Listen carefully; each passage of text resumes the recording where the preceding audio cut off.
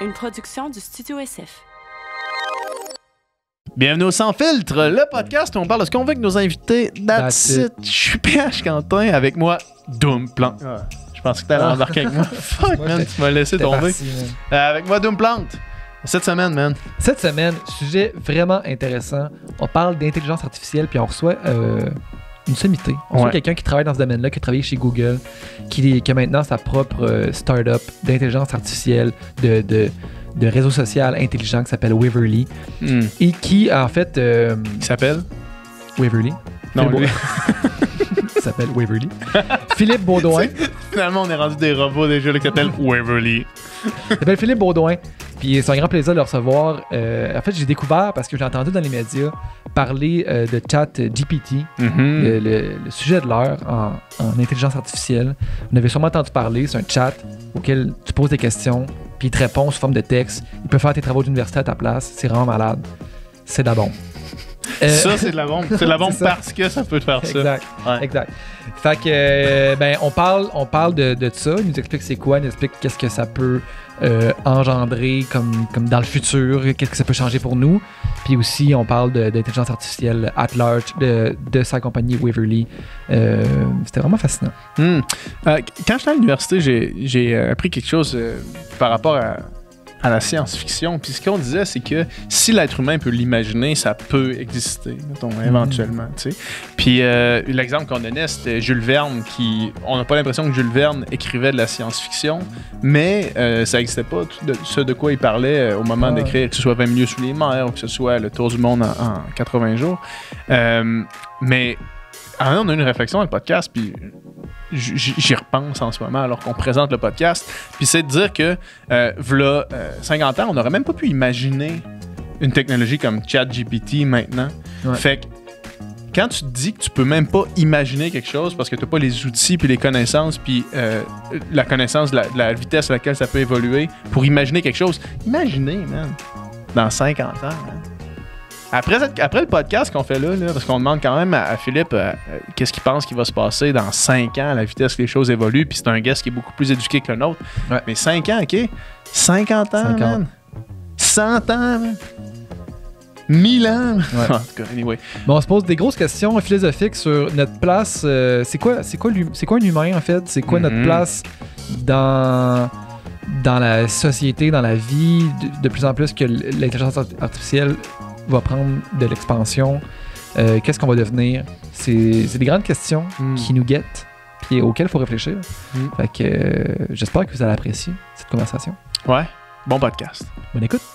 Le podcast de cette semaine est présenté par nos amis chez Manscaped qui, mois après mois, continuent de supporter le Sans Filtre podcast et qui, mois après mois, continuent de sortir des produits absolument incroyables, comme ici leur nouveauté, le Weed Whacker 2.0. On vous a déjà parlé du Weed Whacker de base, qui est en fait leur tondeuse pour poils de nez. Et là, ils viennent de sortir le Weed Whacker 2.0, qui a une meilleure courbe métallique qui permet de couper mieux et plus en profondeur les poils de nez. Si vous êtes des vrais fans du Sans Filtre podcast, vous vous rappelez sans aucun doute de l'épisode avec Bob le chef, où est-ce que Bob nous partage l'importance d'un entretien de poils nasal afin de juste être la meilleure version de soi-même. Donc, le Weed Whacker 2.0 vient de sortir et au-delà du Weed Whacker, vous savez, pertinemment, on en parle sans arrêt, mais ils ont une panoplie de produits pour l'entretien des poils, des cheveux, de la peau, avec une odeur incroyable. Moi les produits Manscaped, honnêtement, puis là, écoutez, Dom n'est pas là, OK, fait que je vais en profiter pour vous parler one-on-one. Les produits Manscaped sont les seuls produits d'entretien que j'utilise. OK, là, je vous niaise pas. Il n'y a pas de blague. On a laissé les blagues de l'autre côté. Dom est parti avec les blagues. Les produits Manscaped sont les meilleurs produits que moi, personnellement, j'endosse parce que j'utilise au quotidien. Si vous voulez utiliser vous aussi les produits Manscaped, que ce soit le Weed Whacker, le Lawnmower, le Ultra Smooth Package, tout ça, là, okay? Allez au Manscaped sur leur site web. Utilisez le code promo sans filtre pour avoir 20% de rabais et le shipping gratuit. Je vous le dis, vous n'allez plus jamais utiliser d'autres produits. Point barre. OK? Fait que allez voir ça. Merci Manscaped. Puis merci à vous autres d'écouter le Sans Filtre.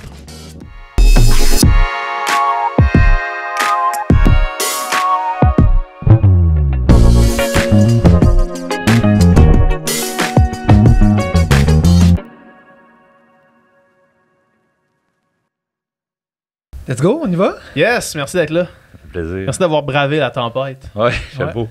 À Québec, en fait, là, je commence straight up avec une comparaison de Québec-Montréal, là, mais Montréal, c'est ingéré, les tempêtes. Comme hier soir, là, je comprends que c'était une grosse tempête, mais hier soir, les routes, c'était pas praticable. Là. J'ai fait Notre-Dame jusque dans l'est de l'île, puis c'était fou. Là. Je sais pas, tu sais, mais à Québec, ça arrive jamais, ça. Les deux, on vient de Québec. C'est ça que je voulais dire. C'est ça, Québec. clairement, on commence tout de suite avec... on continue la guerre à Québec. Ouais. Mais c'est parce qu'ils sont plus équipés, il y a plus de monde, il y a plus d'équipements, puis je veux dire, ça arrive pas une route qui est complètement pas déblayée. C'est quand même efficace à Québec. C'est vraiment efficace. Je vais pas vous fighter là-dessus, je suis de Trois-Rivières. Comment ça de quoi ça a l'air à Trois-Rivières? Trois-Rivières, c'est parfait, tout est mieux. Ouais, c'est ça. Trois-Rivières, c'est cool. Moi, les fois que je suis allé à Trois-Rivières, j'ai toujours aimé ça. Ben oui, c'est une belle petite ville. Puis j'aime ça prendre la 40 puis arrêter à Trois-Rivières. Ouais. Il y a un café qui s'appelle le Café Frida, un café vegan sur le bord de la rivière. Là, c'est hot. Ouais, c'est beau. Vraiment. Cool. Ben hey! Écoute, finalement, merci d'être là. Ça fait plaisir. Fait qu'on est là pour parler d'intelligence artificielle aujourd'hui. Ouais. Parce que là, le sujet de l'heure, puis on va commencer avec ça, puis ça va sans doute nous amener à parler de AI plus largement, là, tu sais. Mais là, le sujet de l'heure, en tout cas, la nouveauté là, dont tout le monde parle dans les dernières semaines, c'est ChatGPT. ChatGPT, peux-tu nous expliquer c'est quoi, en gros? Mettons qu'il y a quelqu'un qui écoute qui n'a aucune idée, qui n'a jamais entendu parler. OK, ChatGPT, en gros, c'est l'idée des chatbots. Ça fait longtemps que ça traîne sur Internet. On va sur des sites web, il y a un petit chatbot qui arrive, c'est toujours pourri. Là. Ouais. C'est toujours vraiment pourri. Puis parce que, genre, moi, j'ai un site en ligne sur Shopify, puis je peux en créer un avec des réponses automatisées, mais c'est de la merde. C'est ça, les gens vont pas cliquer dessus. Les gens ont appris que c'était pas très bon. ChatGPT, c'est ça, mais ça fonctionne. C'est vraiment un peu... L'interface, c'est tout à fait... c'est tout simple que ça. Il y a une boîte de texte, tu peux écrire ce que tu veux, puis là, il te répond. Mais ce qui est impressionnant, c'est que c'est pas juste des réponses comme précanées, tu peux pas juste parler d'un sujet, tu peux parler d'absolument n'importe quoi. Puis comme ChatGPT a comme lu l'Internet, là, en date de 2021, je pense, ben, il est capable de parler de beaucoup de sujets, puis il fait des phrases, là, sérieux, on dirait qu'il est allé à l'université. Ah ouais, hein? Puis, mais tu dis en date de 2021, ça fait combien de temps est-ce qu'il s'affaire à lire l'Internet? Je sais pas... Dans le fond, ce qu'ils ont fait, c'est qu'ils ont pris un snapshot de l'Internet en 2021, une copie de tout ce qui... pas tout, mais d'un gros sous-ensemble de l'Internet. Puis, ils sont servis de ça pour entraîner... c'est un système d'intelligence artificielle. Ils ont entraîné l'intelligence artificielle avec ces données-là. Donc, tous les livres jamais écrits, tout ça, il y a tout lu ça. Là. Tous les livres, toute la fanfiction de Harry Potter. Toutes les études scientifiques de n'importe quelle université. Pas nécessairement. Okay? Donc, il y a des choses qui sont plus dures à aller chercher. Je ne connais pas exactement les limites de ce qu'il a appris. Mais il connaît, par exemple, les grands chercheurs. Il sait à peu près ce qu'ils ont publié, mais... Il y a beaucoup de ces publications-là qui sont sous forme de PDF et tout ça. C'est pas nécessairement dans le système. Mais il y en a lu assez qui est capable de discourir sur un paquet de sujets différents. Puis, non seulement... C'est ça, il est capable aussi d'analyser et d'interpréter quasiment, on dirait, subjectivement des données. Là. J'ai vu quelqu'un qui disait « Qu'est-ce que Nietzsche dirait de la wokeness, mettons? Ouais. » Puis là... Il y a une réponse sur qu'est-ce que Nietzsche, selon son interprétation de ce que Nietzsche a dit, puis son interprétation de la wokeness. Qu'est-ce que Nietzsche dirait de la wokeness, mettons? Moi, j'ai vu quelqu'un faire, peux-tu m'écrire un synopsis d'un film qui mettrait en scène un personnage qui veut faire telle affaire, puis là, il arrivait quelque chose de plausible pareil. Là. C'était peut-être pas un Oscar, là, peut-être pas une Palme d'Or, mais c'était quand même, il avait écrit de quoi. Là, exactement. Puis tu peux lui dire dans le style de, tu pourrais demander qu'est-ce que deux gars de Québec diraient du déneigement de Montréal. Mais c'est vrai, c'est ça qu'il dirait. C'est ça qu'il dirait. Tout à fait. Ouais. Puis, mais c'est ça, c'est parce qu'il a lu des choses. Il a lu Nietzsche, il a lu des choses que des gens de Québec ont écrit. Donc, qu'est-ce que Nietzsche dirait du déneigement à Montréal? Ah, clair, il va te l'écrire avec des phrases à rallonge. Mais c'est ça qui est impressionnant. Puis, c'est vraiment ça. Puis je pense que c'est ça qui capture l'imagination populaire. Là, tout le monde, si tu le laissais, tu te rends compte à quel point on est ailleurs. Là. C'est quelque chose qui n'existait pas. C'est ça. Fait que c'est la première fois qu'il y a quelque chose d'aussi puissant et d'aussi avancé. Là. Absolument. Puis, qu'est-ce que ça change? Qu'est-ce que ça va changer pour le commun des mortels dans le futur que ça existe? Bon, là les investisseurs, là, les gens qui ont beaucoup d'argent à Silicon Valley, New York, Là, ils capotent. Là. Là, ils sont en train de se poser exactement cette question-là. Qu'est-ce que ça va changer? C'est quoi les entreprises qui vont réussir à s'en servir pour créer des outils de demain, des plateformes de demain, tout ce qu'on va se servir? Mais là, les gens réfléchissent à ça beaucoup. La réflexion en ce moment se porte beaucoup sur le processus créatif. Bon, on a ChatGPT qui permet de créer du texte. Comme tu l'as mentionné, ça peut écrire un synopsis de film. Donc, on peut s'imaginer que peut-être des gens vont s'en servir pour créer des synopsis, des résumés, changer le style d'un texte, dire « OK, ça c'est le fun, mais j'aimerais mieux que ça soit dit comme si c'était Shakespeare qui l'avait écrit. » Genre. Donc, on peut faire des choses comme ça. Fait on voit beaucoup les utilisations créatives d'un ChatGPT. En parallèle, ce qui est intéressant, je ne sais pas si tu peux...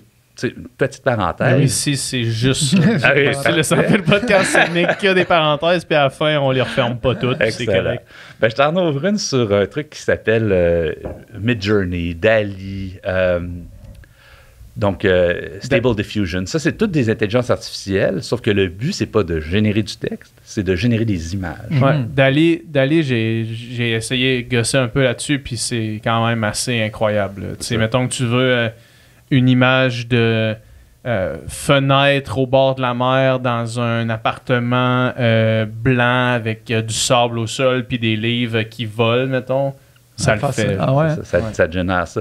Puis il y a une grosse trend, il y a une couple de semaines, là, tout le monde partageait ses photos générées, modifiées par les AI. Ça, c'était pas DALL-E, ça. Non, mais c'est souvent des technologies similaires. Ouais. En arrière, c'est ce qu'on appelle des réseaux de neurones profonds, puis il y a toutes des variantes, mais c'est les mêmes idées. Là, puis c'est comme si ça fait peut-être 10 ans qu'on développe ces idées-là, mais ça arrive là, à peu près tout en même temps au niveau où on voit des applications directes. Donc ça, on voit donc l'utilisation de l'intelligence artificielle pour des besoins créatifs, créer des images, créer des textes. Il y en a qui ont fait créer des vidéos. Meta, Facebook a fait une IA qui n'est pas très bonne, mais qui fait ça. Non, c'est vraiment pas beau. C'est pas très bon. Mais tu sais, on voit que ça c'est le début, c'est normal que ça marche mal.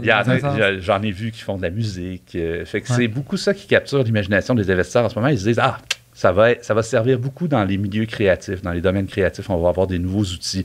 Photoshop is out. Photoshop avec du blabla, c'est la prochaine affaire. Ah, OK, c'est ça. Tu n'as plus besoin d'avoir les skills de Photoshop. Tu as juste besoin d'expliquer qu'est-ce que tu veux qu'il soit produit. Peux-tu me blanchir les dents puis il va le faire, t'as pas besoin de le faire toi-même. Ouais, ou d'appeler ton chum qui est bien bon en Photoshop. Ou de payer 75$ à l'heure pour un graphiste, mettons. C'est ça. Ouais. Puis ça, OK, ben oui, c'est ça. Ça, c'est sûr. Donc, du point de vue artistique, on peut penser qu'il y a possiblement, comme à une certaine époque, il y a des métiers qui ont été remplacés par la machine qui fait X tâches manuelles. Ben là, maintenant, ça s'en vient dans ce domaine-là. Oui, je te dirais que c'est ce que les investisseurs voient. Moi, je ne suis pas si convaincu personnellement. Ah non, je ne suis pas sûr. En fait, tu sais, je pense que pour de la musique d'ascenseur, on va se servir de trucs comme ça. Peut-être pour illustrer des posts ou trouver le thumbnail d'une vidéo, des choses comme ça. Peut-être qu'on va s'en servir un petit peu plus.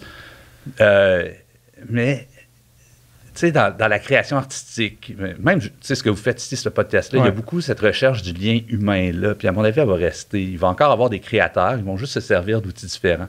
Parce qu'à the end of the day, je pense que ce que les gens veulent ressentir, c'est il y a un humain derrière le truc que je consomme.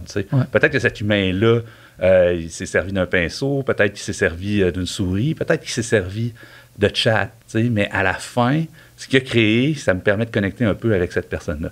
J'ai l'impression, personnellement, il y a beaucoup d'artistes qui ont peur de ça, puis je comprends d'où ça vient, puis en fait, c'est à nous à définir où ça va. Mais mon intuition, c'est qu'il va rester encore ce désir-là là, chez les gens de connecter avec l'humain qui crée quelque chose. Ouais. Penses-tu que ça va devenir encore plus un produit, entre guillemets, de luxe, dans le sens que, tu sais, mettons qu'on t'achète quelque chose fait à la main aujourd'hui, c'est comme, oh, ça c'est fait à la main, ou bien une musique composée par un humain, c'est comme, oh, ça c'est prestigieux, c'est composé par un humain et non une machine. Ouais, puis tu sais, même quand on dit composé par un humain aujourd'hui, de combien d'outils s'est servi pour composer sa toune, tu sais? Puis peut-être que ça va être ChatGPT free, tu sais, ce livre-là garanti, pas de ChatGPT, tu sais. Mais il y a quand même une espèce de spectre. Quand on parle de ChatGPT, on peut lui dire à ChatGPT, écris le livre à ma place, presque. Ouais. Mais on peut aussi juste s'en servir pour corriger les fautes. Puis là, on se rapproche plus d'un correcteur orthographique dont tout le monde se sert à peu près aujourd'hui. Puis on n'a pas l'impression que parce qu'on se sert d'un correcteur orthographique, on n'est plus l'auteur du texte. Ouais. Fait qu'il y a vraiment une espèce de spectre assez large entre, disons, le correcteur orthographique tel qu'on le connaît aujourd'hui, puis un livre écrit au complet par un chat GPT. Ça va vraiment être le fun de voir où différentes personnes, différents créateurs se positionnent sur ce spectre-là. Hier, on parlait de ça, justement, puis on se disait, la réflexion par rapport au système d'éducation, puis comment est-ce qu'on va s'arranger pour retravailler nos évaluations, parce que si les évaluations, c'est des dissertations que tu dois faire chez vous, ça ouvre la porte à une boîte de Pandore énorme. Tu sais, là, je lisais, j'ai vu passer une publication sur Instagram qui disait que ChatGPT avait réussi à passer les examens de droit aux États-Unis. Puis tu sais, il n'y a rien de plus évident. Tu sais, s'il est capable de lire le code civil puis le code criminel, il est capable de passer n'importe quel examen de droit. Là, tu sais. Sauf que si quelqu'un étudie en droit, a une dissertation à faire chez eux, puis qu'il y a un outil qui est capable de passer les examens du barreau, ou peu importe c'est quoi, aux États-Unis, l'équivalent, je pense que c'est le barreau aussi. Là. Mais ça devient comme... On va avoir un ajustement à faire, clairement, là, pour garder des humains performants, puis pas juste des humains qui sont capables d'écrire des bonnes questions. Tu sais, mettons qu'on décompose ta question en garder des humains performants versus évaluer des humains. C'est deux affaires un peu différentes. On sert des dissertations un peu pour les deux. On va se servir d'une dissertation pour essayer de t'aider à apprendre à réfléchir, mais on va s'en servir aussi pour te positionner par rapport à tes pairs. T'es-tu un bon avocat ou t'es un avocat moyen? Puis, je pense que c'est cet aspect-là qui va être challengé le plus et le plus rapidement. Avant, quand on donnait une dissertation, on pouvait être pas mal confiant. C'est sûr que si petit fils de riche paye quelqu'un pour écrire sa dissertation, ça a toujours existé, ça. On ne peut pas se leurrer. Mais c'était pas aussi accessible que ce l'est aujourd'hui. Puis là, aujourd'hui, tout le monde peut dire, ChatGPT, je vais m'en servir pour faire ça. Fait que je pense que ça va shaker un petit peu la cage en éducation du côté de l'évaluation. Comment on évalue ces personnes-là aujourd'hui, dans le futur. Mais j'aimerais ça, personnellement, que ça pousse la réflexion un peu plus loin puis qu'on se demande, est-ce que l'évaluation, est-ce qu'on a... À quoi elle sert, cette évaluation-là? En partie pour savoir, pour aider l'employeur à choisir je veux un bon avocat versus un pas bon avocat. Bon. En partie pour motiver les étudiants en disant, si tu n'étudies pas, tu vas avoir une mauvaise évaluation, tu vas avoir une mauvaise note, tu n'auras pas de job. Je pense qu'on peut se poser la question, est-ce que c'est la bonne façon de motiver les étudiants? Puis est-ce qu'on a vraiment à aider les employeurs tant que ça à trouver le meilleur avocat? Ou en tout cas dans le système d'éducation. Moi, c'est la réflexion que je rêve de voir arriver là-dedans. J'en parle avec... plusieurs de mes amis qui sont dans le milieu de l'éducation. Puis c'est une réflexion qui se pose aussi. Est-ce qu'on n'a pas un peu trop délégué la tâche de motiver nos enfants? Les évaluations. Au bâton de l'évaluation. Mais est-ce qu'il n'y a pas j'ai l'impression qu'en tant qu'humanité, on veut quand même être capable de stocker un peu d'informations dans notre cerveau à nous, d'être capable de faire des tâches, d'être capable de calculer des choses. Je veux dire, on pourrait tout déléguer à la technologie, puis j'ai plus besoin d'apprendre à calculer, j'ai une calculatrice, plus besoin d'apprendre à réfléchir, j'ai ChatGPT. Mais à un moment donné, est-ce qu'on fait pas, plus on donne de pouvoir, ou plus on délègue nos capacités à nous, à la machine, on devient pas un peu des humains moins avancés en tant que... Ça, c'est l'autre partie de la question. Au-delà de l'évaluation, il y a qu'est-ce qu'on veut apprendre aux humains, puis nous, qu'est-ce qu'on veut comme humain, qu'est-ce qu'on veut développer, c'est comment on se définit, c'est quoi qui fait que je suis qui je suis. Par exemple, en ce moment, pour le fun, je suis en train d'apprendre l'allemand. Okay? Il n'y a pas vraiment de raison. Il n'y a pas besoin d'apprendre l'allemand, mais ça m'apporte de la satisfaction. Je le fais. Je peux demander à une IA de traduire ce que j'ai écrit en allemand, puis ça risque de sortir quand même pas pire. C'est pas pour ça que je l'apprends. Mais je trouve que c'est un bel exemple, ça, on a quand même des motivations intrinsèques qui vont au-delà de ce que les outils nous permettent de faire. Puis c'est comme ça qu'on se définit, on a un peu perdu ça de vue, en mettant la job tellement au centre de nos vies, puis en disant, mon utilité, c'est la job que je vais avoir. Mais, toutes les évolutions qu'on voit en intelligence artificielle, je pense que ça nous force à réfléchir un peu au-delà de ça. Tu sais, à se dire, on est plus que nos jobs, on est plus que ce que les outils nous permettent de faire. Moi, je décide de tricoter, même si je peux m'acheter un chandail. Je décide d'apprendre l'allemand, même si je peux faire traduire mon truc en allemand. Tu sais, Puis c'est une réflexion saine. Moi, j'ai des enfants... 17-20 ans, puis ils se posent ces questions-là au quotidien, puis j'aime ça, voir ça, tu sais. Moi, je ne me les posais pas à leur âge, mes parents définitivement pas. Ouais. Fait que je pense que c'est une évolution assez normale dans la société. On se ramasse avec des outils, ils challengent quasiment, tu sais, notre identité, qu'est-ce que ça veut dire d'être humain, on peut plus se définir. Il y a un exemple que j'aime super gros par rapport à ça. Il y a quelques années, je ne sais pas si vous avez suivi ça, les parties de Go entre l'intelligence artificielle puis Lee Sedol, qui était le champion mondial de Go. Okay? Le Go, c'est un jeu comme les échecs. Lee Sedol a perdu à l'IA. Personne ne pensait qu'elle allait perdre. Tout le monde pensait qu'elle allait gagner. Lee Sedol, il se définit comme le meilleur joueur de Go au monde. Il n'y a pas une machine qui peut le battre. Okay? Il a perdu la game. Il est allé sur le stage, puis en braillant, il s'est excusé à l'humanité. Non, il a vraiment dit, je m'excuse, l'humanité, je vous ai fail. On est dépassé. On est dépassé. Fait que son identité entière résidait dans sa capacité d'être meilleur que n'importe qui et n'importe quoi au Go. Puis là, il a perdu ça. Fait que c'était vraiment une crise identitaire pour lui. T'sais. Je pense qu'on va en voir de ça, mais en même temps, ça nous force à nous poser des questions assez fondamentales qui sont importantes. T'sais. Comment on se définit qui on est? Ouais. Quand on parle de ces questions-là, puis hier, on en parlait de ChatGPT, puis où l'AI peut l'amener, puis tu sais, moi, quand j'en parle, puis souvent, j'ai l'impression qu'il y a de la peur, en fait. Tu sais, il y a de la peur par rapport... Puis là, quand j'en parle avec toi, je sens pas aucune peur, en fait. Est-ce que tu penses que ça peut nous amener dans un mauvais trail ou pas nécessairement? Ah, absolument. Ouais? Oui, définitivement. Puis les premières affaires qu'on va voir, c'est des mauvaises trails. Là, on l'a vu un peu avec Dall-E et ces trucs-là, d'être inondé d'images que, OK, on en a vu assez. Tous les journalistes l'ont fait. Ils ont fait leur première chronique. Je vais la faire écrire par ChatGPT. Ouais, super cool. On va être inondé de trucs comme ça. Ouais. Récemment, c'est sorti que CNET, la grosse publication américaine, avait utilisé ChatGPT. Je ne sais pas si c'est ChatGPT. En tout cas, il avait utilisé une IA pour générer des textes qu'ils avaient mis en ligne sans le dire à personne. Puis ils se sont fait taper sur les doigts. Mais il y a un vrai risque. Là. Il y a comme toutes nos plateformes de diffusion d'informations. Si on génère plus de contenu puis on les met dessus plus, on a plus de chances de surnager puis de générer des clics puis d'être visible et tout ça.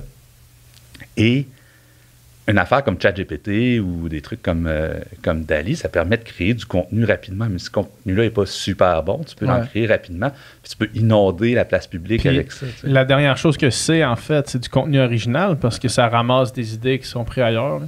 Ben, ça dépend toujours de combien d'efforts tu mets dessus. Tu peux tuner beaucoup le texte après, mais si le but, c'est de ne pas mettre d'efforts, ben oui, ça va être du contenu. C'est ça.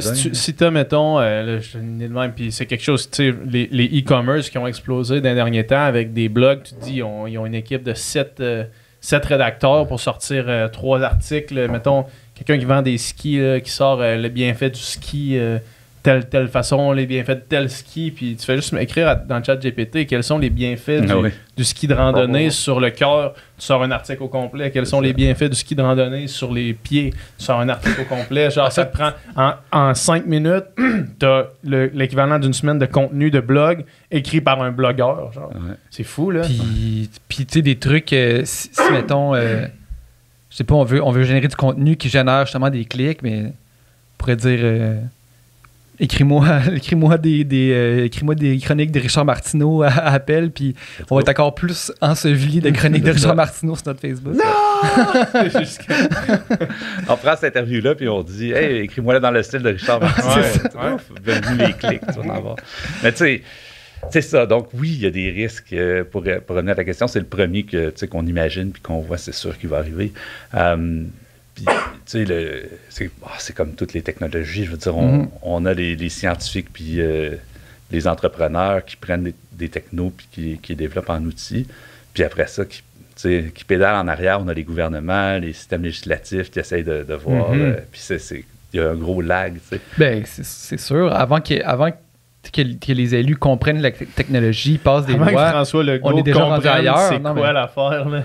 Ça évolue beaucoup trop rapidement, en fait, pour pouvoir le légiférer en temps réel. C'est ça, exact. L'Europe est un peu en avance sur certaines de ces questions-là. On l'a vu avec les questions de vie privée, puis les réseaux sociaux et tout ça, pour plein de raisons. Mais ouais, sur ces questions-là d'intelligence artificielle générative, là, c'est comme ça qu'on appelle les ChatGPT, les DALL-E. C'est clair, là, en ce moment, il y a beaucoup de monde qui se pose des questions là, dans les gouvernements à travers le monde. Qu'est-ce qu'on va faire avec ça? C'est à suivre à ce niveau-là. Là. Surtout en pensant que c'est le tout début. C'est le tout début. ChatGPT il est un nouveau-né, puis ça va continuer de se raffiner, puis il va en avoir d'autres, puis il va avoir... Fait que, j'ai vraiment l'impression que ça s'en va nulle part, là, cette technologie-là, l'humanité s'embarque dans une nouvelle affaire. Non, il y a un avant, il y a un après. On ne reviendra pas en arrière. Dentifrice sorti du tube. C'est ça. Mais, tu sais, je pense aussi, donc, on peut regarder les gouvernements, qu'est-ce qu'ils peuvent faire, puis il faut aussi se poser la question, est-ce qu'on ne peut pas, justement, plutôt que de sauter tout de suite sur les utilisations qui vont clairement être néfastes pour l'humanité, mais peut-être bénéfiques pour une couple de blogueurs, on peut aussi se poser la question, y a-t-il des manières d'utiliser cette technologie-là pour aider les gentils, ben oui. aider ceux qui essaient de se battre dans l'autre direction, tu sais, puis c'est vraiment, moi, en tout cas, moi, je suis fondateur d'une compagnie qui s'appelle Weverly, puis c'est ça qui nous motive, tu sais. On les voit, ces technologies, ça fait 3 ans, tu sais, on dit c'est tout nouveau-né, ça fait longtemps que c'est développé, ces techs-là, là. Ça fait longtemps, tu sais, là, c'est sorti, ça atteint le point de bascule qui les rend intéressants pour tout le monde, mais ça fait longtemps que ces technologies-là existent. Puis nous, ça fait 3 ans qu'on développe une manière d'utiliser cette compréhension-là de ce qu'on appelle la langue naturelle, c'est-à-dire le français, l'anglais, la langue qu'on parle tous les jours. Cette compréhension-là de la langue naturelle que les machines ont acquise au cours des dernières années, on veut s'en servir pour donner plus d'outils, plus de pouvoir aux gens comme vous, comme moi, comme n'importe qui consomment du contenu sur Internet, puis qui se disent, c'est-tu le contenu que je veux? Aujourd'hui, on est à la merci beaucoup des algorithmes qui sont développés par les plateformes qu'on utilise.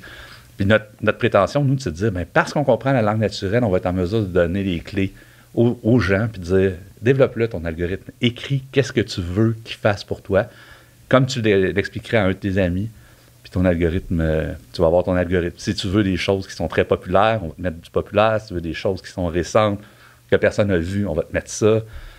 Si tu veux du vegan, on va te mettre du vegan. Mais tu sais, c'est toi qui le contrôle. C'est pas l'histoire de tes clics des 10 dernières années qui viennent définir qu'est-ce qu'il va y avoir sur ton YouTube ou ton Facebook. Tu sais.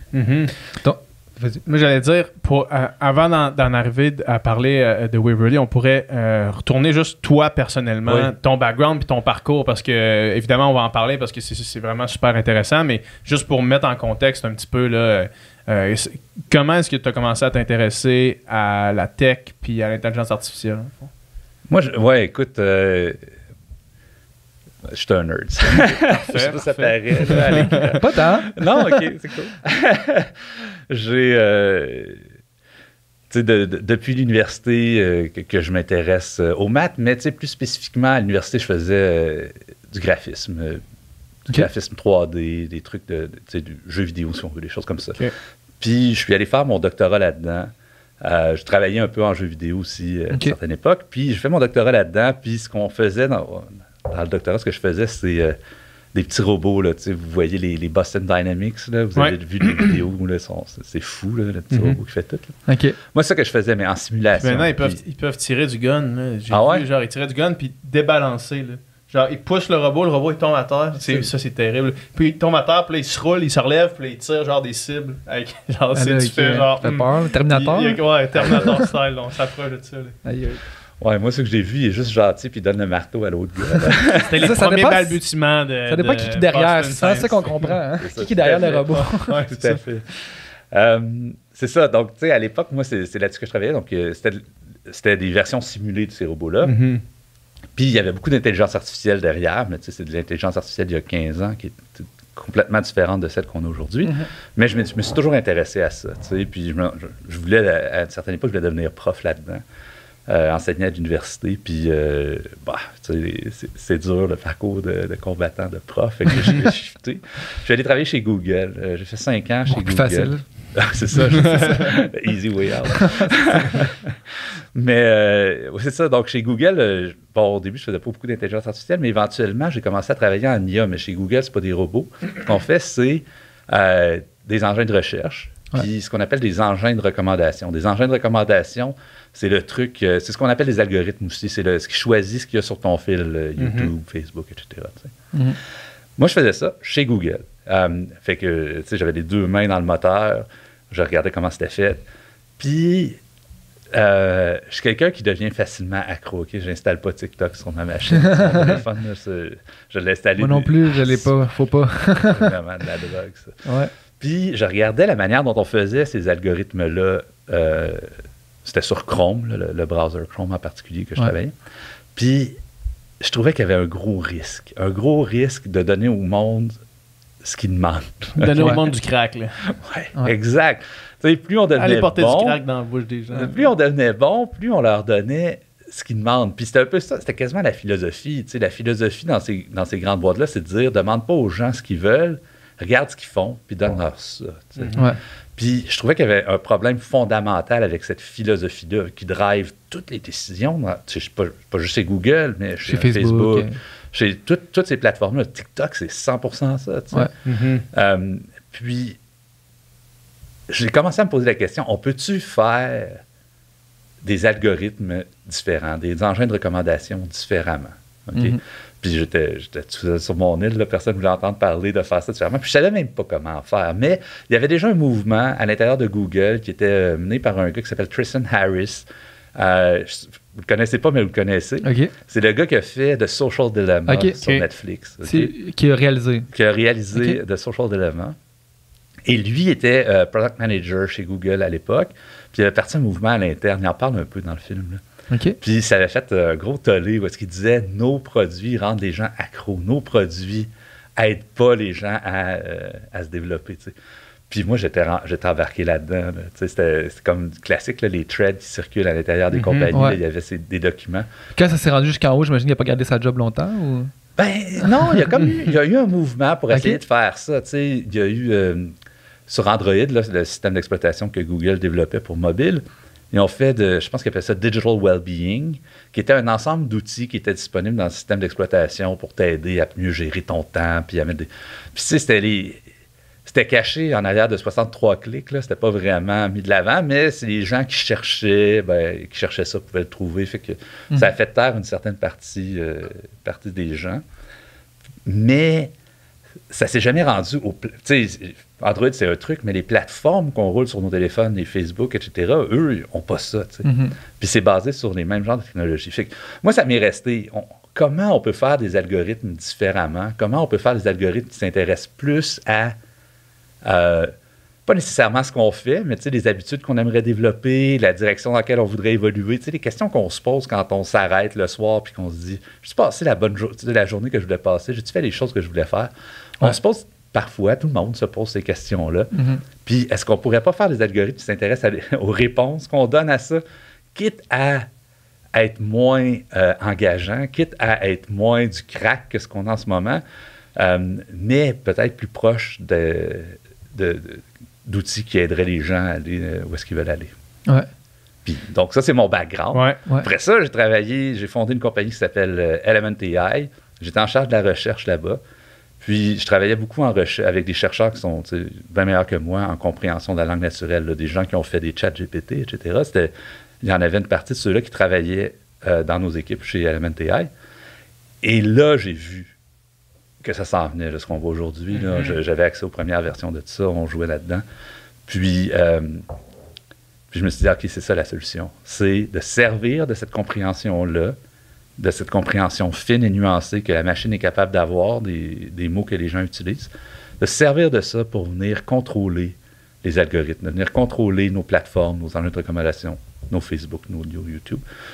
Fait que quand j'ai décidé de quitter Element AI pour partir de ma propre compagnie, c'était ça que j'allais faire. On va développer des algorithmes qui utilisent la compréhension de la langue naturelle pour contrôler nos feeds.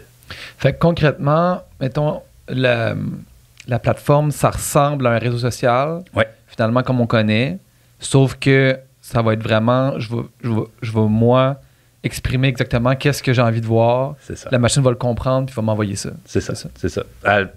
Résumer simplement, là, c'est exactement ça. On target plus, disons, des gens qui ont des intérêts. Tu sais, on s'en va plus vers la communauté des LinkedIn un peu, là, parce que c'est ceux qui sentent plus le problème aujourd'hui. On veut être moins dans l'entertainment, plus dans l'information. Dans l'information, mais l'information pointue, puis des conversations aussi, le genre de conversation que tu as avec du monde. Tu sais, ça serait parfait. Tu sais, ce genre de conversation-là, c'est ça qu'on veut réussir à amener sur la plateforme. Des réflexions intelligentes, puis mettre ça de l'avant, tu sais, pas mettre le trigger speech qu'on voit sur un Twitter et tout ça. Mais ce qu'on pense, c'est que c'est ce que les gens vont demander si on leur donne le pouvoir de contrôler leur... De choisir eux-mêmes. Ouais. Puis là, dans cette équipe-là, on en parlait avant de rentrer, vous êtes 4? On est 4, oui. Puis ça fait combien de temps que ça existe? Puis c'est quoi ça ressemble à quoi la croissance? Parce que je veux dire, veux pas en arrivant de même, c'est un peu un genre de... Les compétiteurs sont énormes, là. Puis genre, ils veulent pas de la compétition supplémentaire. Fait que ça ressemble à quoi, ça? Mettons, rentrer en tech de même, petite start-up, puis essayer de révolutionner le truc avec... en utilisant l'anneau unique, là. C'est ça. Le chemin vers Mordor. On est là. Non, c'est en fait, c'est l'équivalent si le Gondor avait gardé l'anneau pour essayer de battre le Gondor. C'est ça. Il y a quand même la tentation de le mettre tout le temps. Si tu veux. On peut développer du crack quand on veut. C'est ça. Le crack est plus facile à développer, sûrement. Bien plus facile, tu sais. Puis c'est plus facile à vendre aussi parce que c'est sûr qu'on est dans une dynamique de start-up. On cherche des investisseurs et tout ça. Mais écoute, je te mens pas, c'est difficile comme parcours. Puis à la rigueur, OK, notre histoire, brièvement, ça fait 3 ans que Waverly a été fondé. Puis on a passé les premiers 6 mois à lever une première ronde de financement, genre avec un PowerPoint. Là. Puis une bonne équipe, une idée intéressante. On a réussi à trouver 1,25 million. Puis avec ça, on a développé la technologie. Ça n'existe pas ce qu'on a fait. On a des chats GPT et tout, mais il n'y en a aucun qui essaie de comprendre ça pour réaliser, pour faire un feed, pour faire une plateforme à partir de ça. Fait que c'est ça qu'on a développé pendant à peu près 1 an et demi, avec une plateforme pour aller par-dessus. Puis, on a commencé par faire une plateforme un peu de style social, mais sans les interactions. On s'est dit, d'abord, on va commencer par avoir une IA qui recommande du contenu sur la plateforme, puis on investira après sur les interactions. Parce que quand on commence à avoir des interactions sur une plateforme, il y a aussi un gros défi de recommandation. C'est-à-dire, quand tu vas sur un Facebook, tu ne vois pas tous les commentaires. Tu vois les commentaires qui sont le plus susceptibles de t'intéresser, étant donné tes clics passés. Fait qu'on veut être capable de faire ça, nous aussi. Mais on a mis ce défi-là de côté. On s'est dit, d'abord, on va essayer de recommander du bon contenu. Puis, on a lancé cette plateforme-là il y a 3 mois à peu près sur iPhone. C'est disponible sur iPhone. On veut être sur Android, on veut être sur le web, on veut être partout, mais on s'est dit, on limite le problème le plus possible juste pour voir est-ce qu'on est capable de faire fonctionner la machine. C'est difficile, OK? C'est difficile. On a des utilisateurs, on en a qui adorent ça, ils reviennent. On a même une version payante. Là, on essaie de voir si on est capable de monétiser ça un peu. La version payante donne accès, tu peux te créer plusieurs de ces fils-là. Si tu ne payes pas, tu peux en avoir un. Si tu payes, tu peux en avoir plusieurs. Puis on en a là, qui ont créé un premier fil, ils l'ont tellement aimé qu'ils s'en sont créés un autre, ils nous donnent 8$ par mois pour ça. Fait que ça, c'est une belle validation. Mais tu sais, croître à la vitesse d'un Google, d'un Facebook, on n'est pas là encore. Ouais. Ça prend des investisseurs énormes. Là, ben, c'est pas nécessairement énorme. Je te dirais, on a besoin d'une autre phase d'investissement. Okay? On a besoin, puis c'est ce qu'on est en train de faire en ce moment. On est en train de lever ce qu'on appelle une ronde seed, mais en tout cas une autre ronde de financement, pour nous permettre de développer dans la plateforme les aspects qui vont lui au moins donner le souffle nécessaire pour pouvoir croître. C'est-à-dire ça, les interactions, le contenu que les utilisateurs vont pouvoir créer, ce qu'on appelle du user-generated content en anglais. Là, mais quand tu es sur Instagram, tu crées des posts. Quand tu es sur Facebook, tu crées des vidéos. Mais sur Waverly, il va y avoir ce genre de posts-là que tu vas pouvoir créer puis mettre de l'avant. Mais il faut qu'on développe ça. Puis après ça, c'est un peu un gamble. Est-ce qu'on est capable de créer de l'engouement? Est-ce qu'on est capable de capturer l'imagination des gens assez pour qu'ils viennent, pour qu'ils créent du contenu là-dessus, qu'ils invitent leurs amis? Peut-être qu'ils créent du contenu là-dessus qu'ils partagent à l'extérieur. Donc, c'est des défis que toutes les plateformes ont. on va y faire face. Il y a des investisseurs qui pensent qu'on va se planter, il y a des investisseurs qui pensent qu'on a des chances, mais ce qu'on a, que personne d'autre n'a jamais eu avant, c'est cet algorithme-là qui donne beaucoup d'avantages. C'est-à-dire, de un, tu as du contrôle, ce que tu n'as pas sur les autres plateformes. De deux, tu as du contenu, même quand il y a personne qui en publie, parce qu'on recommande du contenu qui vient d'Internet. Puis de trois, tu as la capacité de te regrouper. C'est-à-dire, tu sais, imagine aujourd'hui, tu dis, je veux créer mon meilleur fil Facebook possible, mon meilleur fil YouTube. Tu es tout seul, là, c'est tes clics qui vont le déterminer. Si tu cliques sur des vidéos de chat, tu vas en avoir plus. Puis si tu cliques sur des vidéos intelligentes, tu vas en avoir plus. Mais sur Waverly, tu peux venir en gang puis dire, écoute, nous, là, c'est quoi qui nous fait triper dans la vie? C'est des réflexions sur X par du monde comme cette personne-là. On peut-tu se créer un algo ensemble qui va nous donner le meilleur fil possible? C'est ça qu'on veut créer sur Waverly. C'est ce qui s'appelle les waves. Oui, on appelle ça des waves. Ouais. C'est vraiment des mécanismes qui permettent aux gens de se regrouper autour de cette représentation-là en texte de leur expérience idéale, puis de dire on va l'améliorer, un peu comme un shared Google Doc. Où est-ce que tout le monde travaillerait dessus puis l'améliorerait de manière à avoir un fil.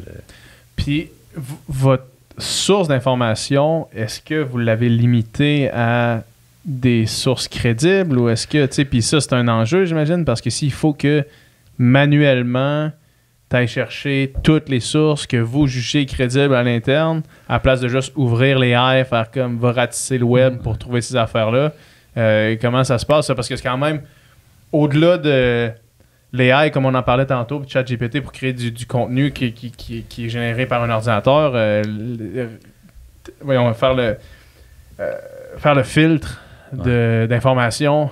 C'est un enjeu que l'AI ne fait pas encore. Là. C'était ma prochaine question aussi, en fait, parce que l'idée de pousser du bon contenu, c'est une idée super noble, mais définir qu'est-ce que du bon contenu, c'est pas une question facile à répondre. C'est ça. Mais c'est pour ça qu'on ne se place pas comme juge du bon contenu. Okay? Ouais. On ratisse l'Internet, pour utiliser ton expression. C'est vraiment... Tu sais, je viens de Google. Ça, ce que j'ai recréé là, ce qu'on a recréé, c'est Google. OK? On indexe juste 20 000 articles par jour. C'est déjà 20 000 articles. C'est déjà pas mal plus. Mais, tu sais, Google, c'est des millions. Là. Mais l'idée, c'est de dire, on va pas... C'est pas nous qui va décider c'est quoi la qualité du contenu, c'est les waves des gens. OK? Puis, on va leur donner assez d'outils qui vont être en mesure de définir ce qui les intéresse ou pas. Ça nous... T'sais, on se serre un peu dans le pied. Là, récemment, j'ai eu un hate mail d'un utilisateur de Waverly qui me dit « J'ai reçu un article de Fox News, ça se fait pas, je veux pas voir de Fox News. » Je m'excuse, tu t'avais dit que tu voulais pas de Fox News dans ton... Je t'en aurais pas eu, tu sais. Mais il faut que tu l'exprimes à l'IA, tu sais, puis on n'est pas encore très bon pour aider les gens à s'exprimer. C'est ça là qu'on veut aller. Éventuellement, on veut aider les gens. Tu sais, s'il me dit « J'aime pas aimer ça », je fais ça, c'est-tu parce que t'aimes pas Fox News? C'est-tu parce que t'aimes pas le contenu trigger? C'est-tu parce que t'aimes pas cette personne-là? C'est-tu parce que tu veux des faits, pas des opinions? Toutes ces choses-là, l'IA peut le comprendre. Ce que l'IA peut pas comprendre, ou ce qui est plus dur à l'IA à comprendre, c'est quoi une fausse nouvelle? Okay? Est-ce que ce site-là a plus tendance à publier des fausses nouvelles que ce site-là? C'est des questions qui sont délicates, puis là, on voudrait... c'est même délicat pour quelqu'un qui n'est pas l'intelligence artificielle. Puis c'est ça, puis même entre humains, on va s'ostiner, puis on va dire, non, ça, c'est pas une fausse nouvelle. Ouais, mais là, ça, c'est un peu stretché. Ouais, mais c'est pas stretché au point d'appeler ça une fausse nouvelle. Fait que c'est pour ça qu'on veut empower les gens pour qu'ils soient en mesure de dire, OK, ben on va avoir peut-être des sources ou des tiers parties qui vont décider, qui vont nous aider à définir ça c'est des journaux de droite, ça c'est des journaux de gauche, ça c'est des journaux de fausses nouvelles, de vraies nouvelles, ou peu importe. Et là, dans nos webs, on va pouvoir faire référence à ça. Puis dire, moi, ce qui m'intéresse, c'est un beau mélange de contenu de droite puis de gauche sur la question de l'avortement, mettons. Tu pourrais dire ça dans une wave. Puis parce que... Drôle de wave, quand même. Pardon, non. Drôle de wave. Non, tu ris, mais j'ai des chercheurs qui posent exactement ce genre de questions-là. Tu sais, la montée des extrémismes aux États-Unis, ils veulent voir qu'est-ce qui se passe là-dessus, tu sais. C'est pas le commun des mortels, mais il y a des questions intéressantes que tu peux demander à un Waverly, puis tu vas avoir un fil de contenu relié à ça. Fait essentiellement, puis peut-être que, parce que moi, j'ai downloadé l'application, j'ai commencé à essayer de voir un peu, je pense que l'étape que j'ai sautée, que j'aurais pas dû sauter, c'est quand ça dit, genre, décrivez-vous. Parce que ça, j'imagine, c'est une étape importante, là. Parce que ce que j'ai fait, j'ai juste skippé le bout de décrivez-vous, puis là, j'ai allé chercher des waves qui risquaient de m'intéresser, ou tu sais, des sujets, mettons. Puis là, ma wave et essentiellement juste des sujets qui m'intéressent, mais est-ce que le décrivez-vous a une place importante dans le truc? Oui. Disons, en ce moment, non. OK? On s'en sert pas encore, mais éventuellement, on veut que le décrivez-vous, ça devienne vraiment une espèce de quasiment de document vivant là, que tu mets à jour constamment ou que l'IA t'aide à mettre à jour puis dire hey, j'ai remarqué que tu lisais beaucoup de trucs sur X, veux-tu mettre ça dans ton... Rajouter, j'aime aussi lire sur Mars. C'est ça. Puis des fois, tu vas Salut, vouloir moi, c'est PH, j'aime les chars, le baseball. J'aime aussi lire sur Mars. Mais c'est ça. Donc, est-ce que, tu sais, on veut s'en aller vers là? En ce moment, on le fait pas. C'est comme notre expérience de onboarding en ce moment. Tu sais, on va te présenter des waves, tu peux les suivre. Généralement, ces waves-là, c'est ouais, OK, c'est correct, tu sais, mais c'est jamais exactement ce qui t'intéresse. Puis là, ton fil va pas encore être ultra personnalisé. Il y a quelques jours, on a lancé une version de Waverly où est-ce que avant, il fallait que on a peut-être 1 millier de waves sur la plateforme, là. Des gens qui ont créé des textes. On en a à peu près 1000. Qu'est-ce que tu veux dans les gens qui ont créé des textes? Des petits textes qui viennent définir... les textes en dessous, quand tu vois wave, mettons, là, juste pour que les gens qui nous écoutent l'aient en tête, là, quand tu vois les différentes waves, donc les différents feeds, tu vois en dessous une petite description, puis ça, c'est quelqu'un qui écrit ce texte-là. Ce texte-là, à partir de ce texte-là, l'AI génère un feed. C'est ça. Un wave. C'est ça. OK, je comprends. Si vous êtes déjà allé sur Reddit, là, Reddit, il y a toujours une petite description du groupe. C'est un peu ça. Une wave, il y a le titre, il y a la description. Puis à partir de la description, il y a un fil de contenu qui est généré. Je comprends. Puis on a 1 millier à peu près de ces descriptions-là qui ont été écrites par nos utilisateurs. Si moi, je voulais créer une wave, je pourrais écrire ici, on partage des informations d'actualité sur la NBA. Ouais. Puis là, ça serait... l'AI prendrait ça puis me donnerait un feed avec des informations. Je comprends. Donc, pour qu'une wave fonctionne sur Waverly, il faut que tu écrives quand même assez. Si tu fais juste écrire NBA, ça ressemble à un résultat de recherche Google, puis c'est pas super intéressant. Okay? Fait qu'il faut que tu développes. C'est quoi les questions qui t'intéressent? Comme sur DALL-E puis sur ChatGPT. Plus tu écris précisément, plus il y a des chances que ça soit bon. Ouais. Sauf que sur Waverly, ça marche vraiment pas très bien si tu n'écris pas beaucoup. Puis il faut que tu écrives quand même pas mal. Fait que c'était un des freins à l'adoption. En tout cas, ce qui rendait difficile de se créer sa propre wave en décembre dernier, c'était ça. À partir de cette semaine, la version qu'on vient de sortir, c'est un peu comme Google. C'est-à-dire, tu peux écrire 3 mots, tu peux dire NBA... NBA, NFL, NHL. Ouais, c'est ça. Mettons NBA, NHL, NFL ou NBA au Canada ou peu importe. Tu écris 3-4 mots. Puis à partir de là, on utilise justement ChatGPT, en fait GPT-3, pour générer un plus long texte pour l'utilisateur. Puis c'est beaucoup plus facile de se poser la question, est-ce que ce texte-là représente ce que je veux comprendre? Par exemple, dans le texte qui va être généré, ça pourrait dire, moi, si je m'intéresse aux interviews avec les joueurs de la NBA. Puis toi, tu peux dire, non, ça ne m'intéresse pas pantoute, je veux juste les pointages. Ouais. C'est ça. Fait que là, tu effaces ça. Puis ta wave ressemble plus à ce que tu cherches. Mais elle a été écrite pour toi en partie par l'IA GPT. Fait qu'on a simplifié beaucoup la création de wave, puis on a de plus en plus de gens qui se créent leur propre wave grâce à cette simplicité-là. Donc, vous utilisez cette technologie-là au sein de votre... OK. Puis comment ça fonctionne, mettons, pour faire une parenthèse là-dessus, comment ça fonctionne, utiliser... Tu sais, cette technologie-là, es-tu... open source, tout le monde peut l'utiliser? Donc, ChatGPT, en ce moment, c'est gratuit. C'est-à-dire que tout le monde peut y aller puis s'en servir. Du moment que tu es capable d'y aller, parce que moi, chaque fois que j'ai essayé, j'étais pas capable parce qu'il y avait trop de trafic. Trop de trafic. Hein? Ouais. Ah oui, écoute, il était down, là, il était... Puis, tu sais, je peux te garantir qu'ils servent de chacune des phrases que tu écris dessus pour entraîner la prochaine version. Ben oui. Ouais. Mais, donc, ChatGPT, c'est ça. Prédécesseur de ChatGPT, c'est quelque chose qui s'appelle GPT-3. Puis lui, il est disponible à travers ce qu'on appelle en langage de nerd, des API. C'est-à-dire qu'un programme que tu écris toi-même peut appeler GPT-3 puis dire, tu sais, génère-moi du texte à partir de X. Okay? Ça ne fonctionne pas tout à fait comme ChatGPT. C'est pas vraiment un dialogue. C'est un petit peu plus compliqué. Faut que tu le partes avec quelque chose. Puis, c'est ça qu'on utilise, nous. C'est ces API-là, ces API-là. Puis, on paye à chaque appel. On donne un peu d'argent à OpenAI.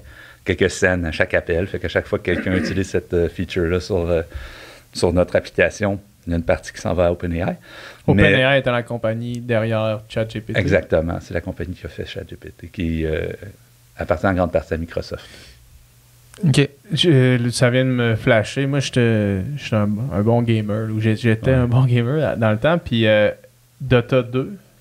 Dota, qui est un jeu comme un peu League of Legends. Peut-être que tu connais ça, je ne sais pas. Là. Mais il y avait OpenAI qui avait fait un algorithme pour jouer. Puis ça avait commencé vraiment 1 contre 1. OK. Un joueur qui jouait... Tu joues contre l'AI. Il jouait contre l'AI. Puis là, l'AI a battu en 1 contre 1. Puis là, après ça, l'OpenAI est devenu 5 contre 5. Puis là, c'était que, je pense, là, tu peux peut-être m'expliquer comment ça fonctionne, mais c'est une affaire d'apprentissage là, débile parce l'OpenAI jouait constamment 5 games à une vitesse de genre 10 fois la vitesse d'une game normale. Ouais. Puis chaque erreur, chaque mouvement, il apprenait à chaque fois. Puis après ça, l'OpenAI était rendu trop fort. Genre, ils ont battu les champions du monde. Les champions du monde, genre, en 1 an, l'OpenAI avait appris assez pour devenir imbattable. Genre. C'est fou, là. Fait que, tu sais, OpenAI, c'est une boîte de recherche en intelligence artificielle, OK? Puis c'est vraiment des top chercheurs. Je suis allé déjà, j'ai eu la chance d'aller là-bas. Puis des bons crinqués. Ils sont bons. Puis c'est une conférence dans leurs locaux. Écoute, c'est secret. Là. C'est à San Francisco. Ils disent pas c'est où. Ils ont peur de se faire. C'est vraiment drôle, en tout cas. Mais, puis en rentrant là, tu signes un NDA. Peu importe c'est quoi qu'on parle ici, il n'y a rien qui sort de là. Mais en fait, c'est étonnant, ils sont assez ouverts. Pour vrai, ChatGPT, il a déjà été reproduit par plein d'autres mondes. Pas ChatGPT, mais GPT-3 a été reproduit par plein d'autres mondes parce que l'article est disponible. On sait comment ils l'ont fait. T'sais, ChatGPT, ils ont gardé un peu plus secret, mais on sait à peu près même comment ils ont fait ChatGPT à partir de GPT-3. Mais ma parenthèse, c'est plutôt pour dire, à une certaine époque, les compagnies d'IA se battaient sur leur capacité à être les meilleurs à des jeux. Okay? Mm-hmm. On a vu le Go, on en a parlé tout à l'heure. Ouais. On a vu les échecs. OpenAI a fait... pas OpenAI, c'est DeepMind qui a fait ça. Mais DeepMind a fait une intelligence artificielle qui joue aux échecs, mais c'est sûr que on a perdu la domination des échecs à l'époque des Kasparov. Mais leur nouveau truc, c'est comme complètement fou. Là, ça invente des coups que les humains n'avaient jamais vus. Puis ça bat encore des blues faciles. Ah oui, c'est ça. Ils ont gagné. Eux autres, là, on est loin d'être dans le game. Non, on est même plus proche. Là, okay. Puis... si t'es fait jouer un contre l'autre, mettons, ça arrive nul tout le temps, je pense. Ah, ouais, je pense que c'était ça l'affaire. C'est genre, il y a plus, genre, ils ont fini le jeu. Ouais. Ils ont passé la cassette d'échecs. Le speedrun. Non, mais... puis ils ont fait la même affaire que le poker. Puis après ça, ils sont mis à s'intéresser aux jeux vidéo. Le poker, c'est clair parce que le poker, tu te dis... Si t'as un AI, mettons n'importe qui dans son sol qui joue sur PokerStar, là, puis là, il y a un AI qui, sur le long run, va toujours être gagnant. Ouais. Il n'y a plus de jeu, là. Ça sert plus à rien de jouer. Mais en tout cas, plus sur Internet, tu sais. Il faut que tu joues en live, puis t'espères que personne ne s'est mis quelque chose. Ouais, c'est ça, comme le gars qui a joué contre Magnus Carlsen. Il y a un AI qui dit la bonne réponse. Non, il y a un gars qui a joué contre Magnus Carlsen, le champion du monde d'échecs. Puis Carlsen, il est parti fâché parce qu'il a fait genre, ce gars-là triche. Puis finalement, c'était une prop dans l'anus. Non, c'est pas vrai. C'est pas vrai. C'est un tweet d'Elon Musk, ça. Mais ça a resté. Ah, je me suis fait avoir par les fake news. C'est resté dans mon imaginaire. En tout Never trust un tweet d'Elon Musk. Bon, c'est ça. c'est ça. Ouais.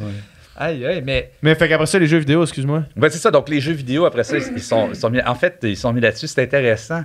Tu as joué à Atari, tu sais, les vieux jeux d'Atari. Il y en avait plein. C'est les premiers auxquels ils sont attaqués, tu sais. Puis les plus simples, j'imagine. Ben oui, puis on était capable de les reproduire. Puis en fait, l'expert de celui qui a développé l'IA qui jouait à genre 50 jeux d'Atari, c'est un Montréalais. Mm-hmm. Puis c'est ça. Donc on a fait Atari, on est devenu super bon à tous ces jeux-là. Presque tous. Puis donc après, ils ont décidé de faire des jeux real-time. Des jeux plus complexes, ouais. C'est ça. Fait que c'est fou. OpenAI, il avait perdu la bataille des échecs puis du Go. Fait qu'ils sont fâchés puis on dit on va gagner à Dota. Dota 2. Voilà. Tu sais, là, on est dans le jeu puis on est dans des trucs, c'est impressionnant. Mais de fil en aiguille, je veux dire, l'AI là, est plus performant que l'humain dans ces jeux-là. Mais mettons en ingénierie ou en toutes sortes de domaines... On va-tu arriver à un moment où on va dire à l'AI, peux-tu peux-tu m'inventer une machine pour enlever le plastique dans l'océan puis il va être capable d'inventer quelque chose à partir de toutes ses connaissances? Fais-moi un beau pont Champlain. Ouais, c'est ça. Un troisième lien. Ouais. Non, mais... Peux-tu me faire un troisième lien selon Richard Martineau? Écoute, un peu moins qu'une couple de milliards. Écoute... grosse question, je mais tu sais... Tu sais, c'est rendu là, je pense qu'on parle d'un concept en intelligence artificielle qu'on appelle parfois la singularité. Okay? Puis il y a des chercheurs qui adhèrent, il y en a d'autres qui adhèrent moins, mais c'est l'idée que éventuellement on va faire une IA qui est capable de faire tout ce qu'un humain est capable de faire. Okay? Ouais. Une question de temps. ChatGPT n'est pas encore là. Ben, je pense que la plupart des chercheurs s'entendent pour dire qu'il y a...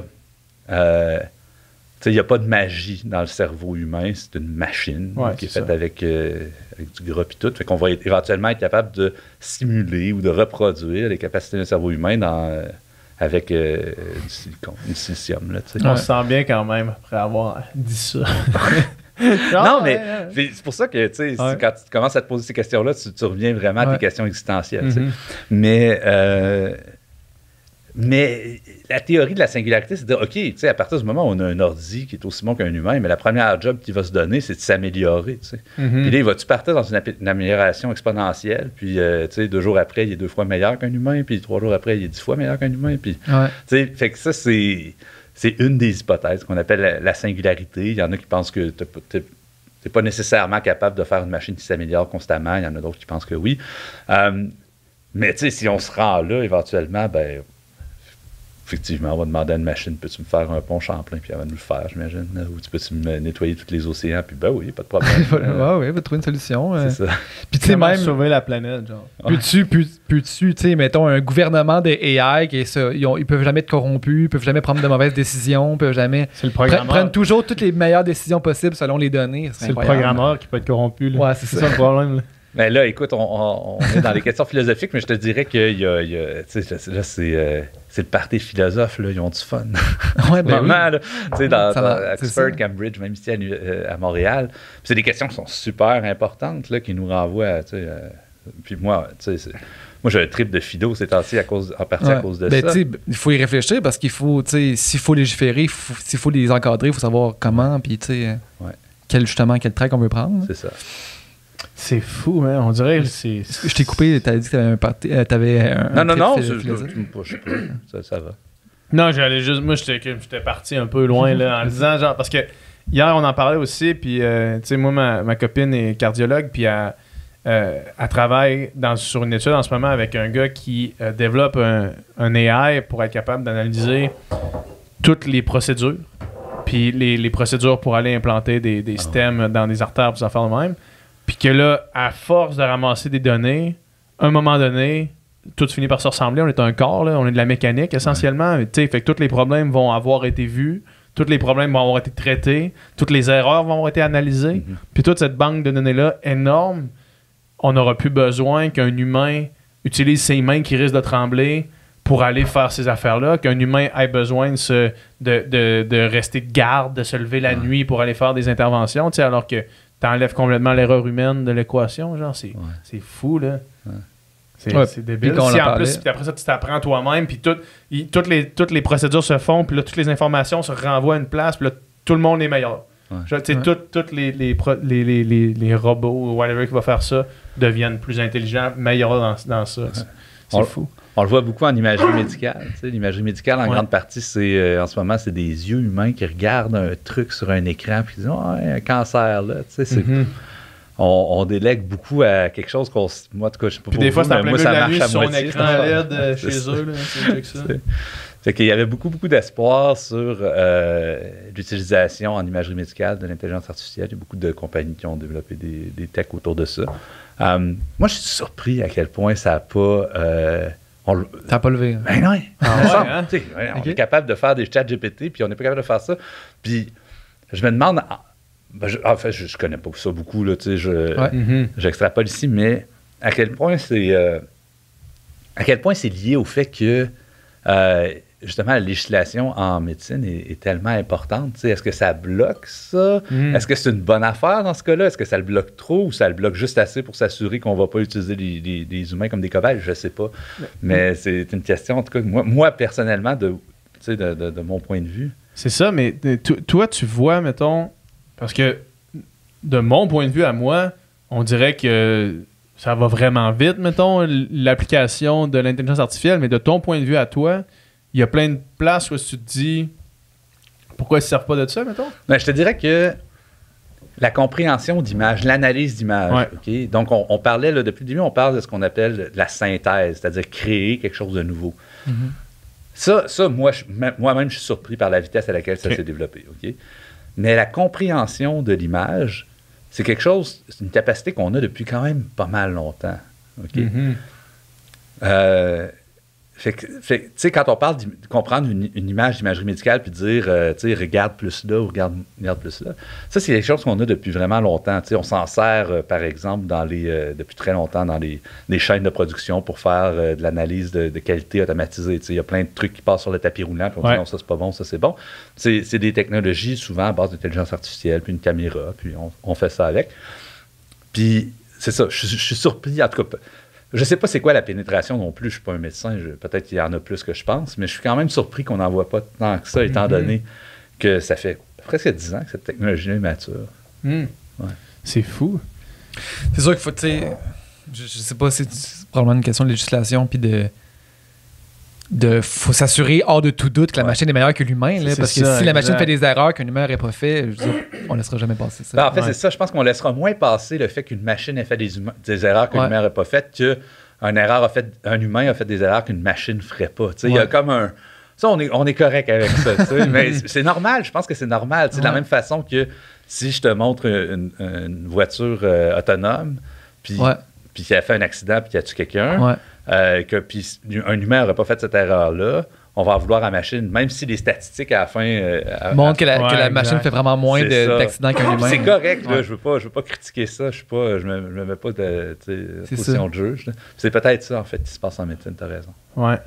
Puis quand cette transition-là va se faire, il va falloir qu'elle se fasse à 100%. Ça pourra pas être à moitié, là. Tu sais, mettons l'exemple des voitures autonomes. Si on veut avoir un système qui fonctionne bien, avec des voitures autonomes qui conduisent, il faut enlever l'erreur humaine à l'extérieur de la voiture autonome. Fait que sur une autoroute, il peut pas avoir moitié de voiture autonome, moitié de gars qui conduisent, mettons, là, tu sais. Je sais pas. Il y en a qui pensent que ça peut être comme ça. Ça peut avoir une transition. Des camions autonomes, par exemple.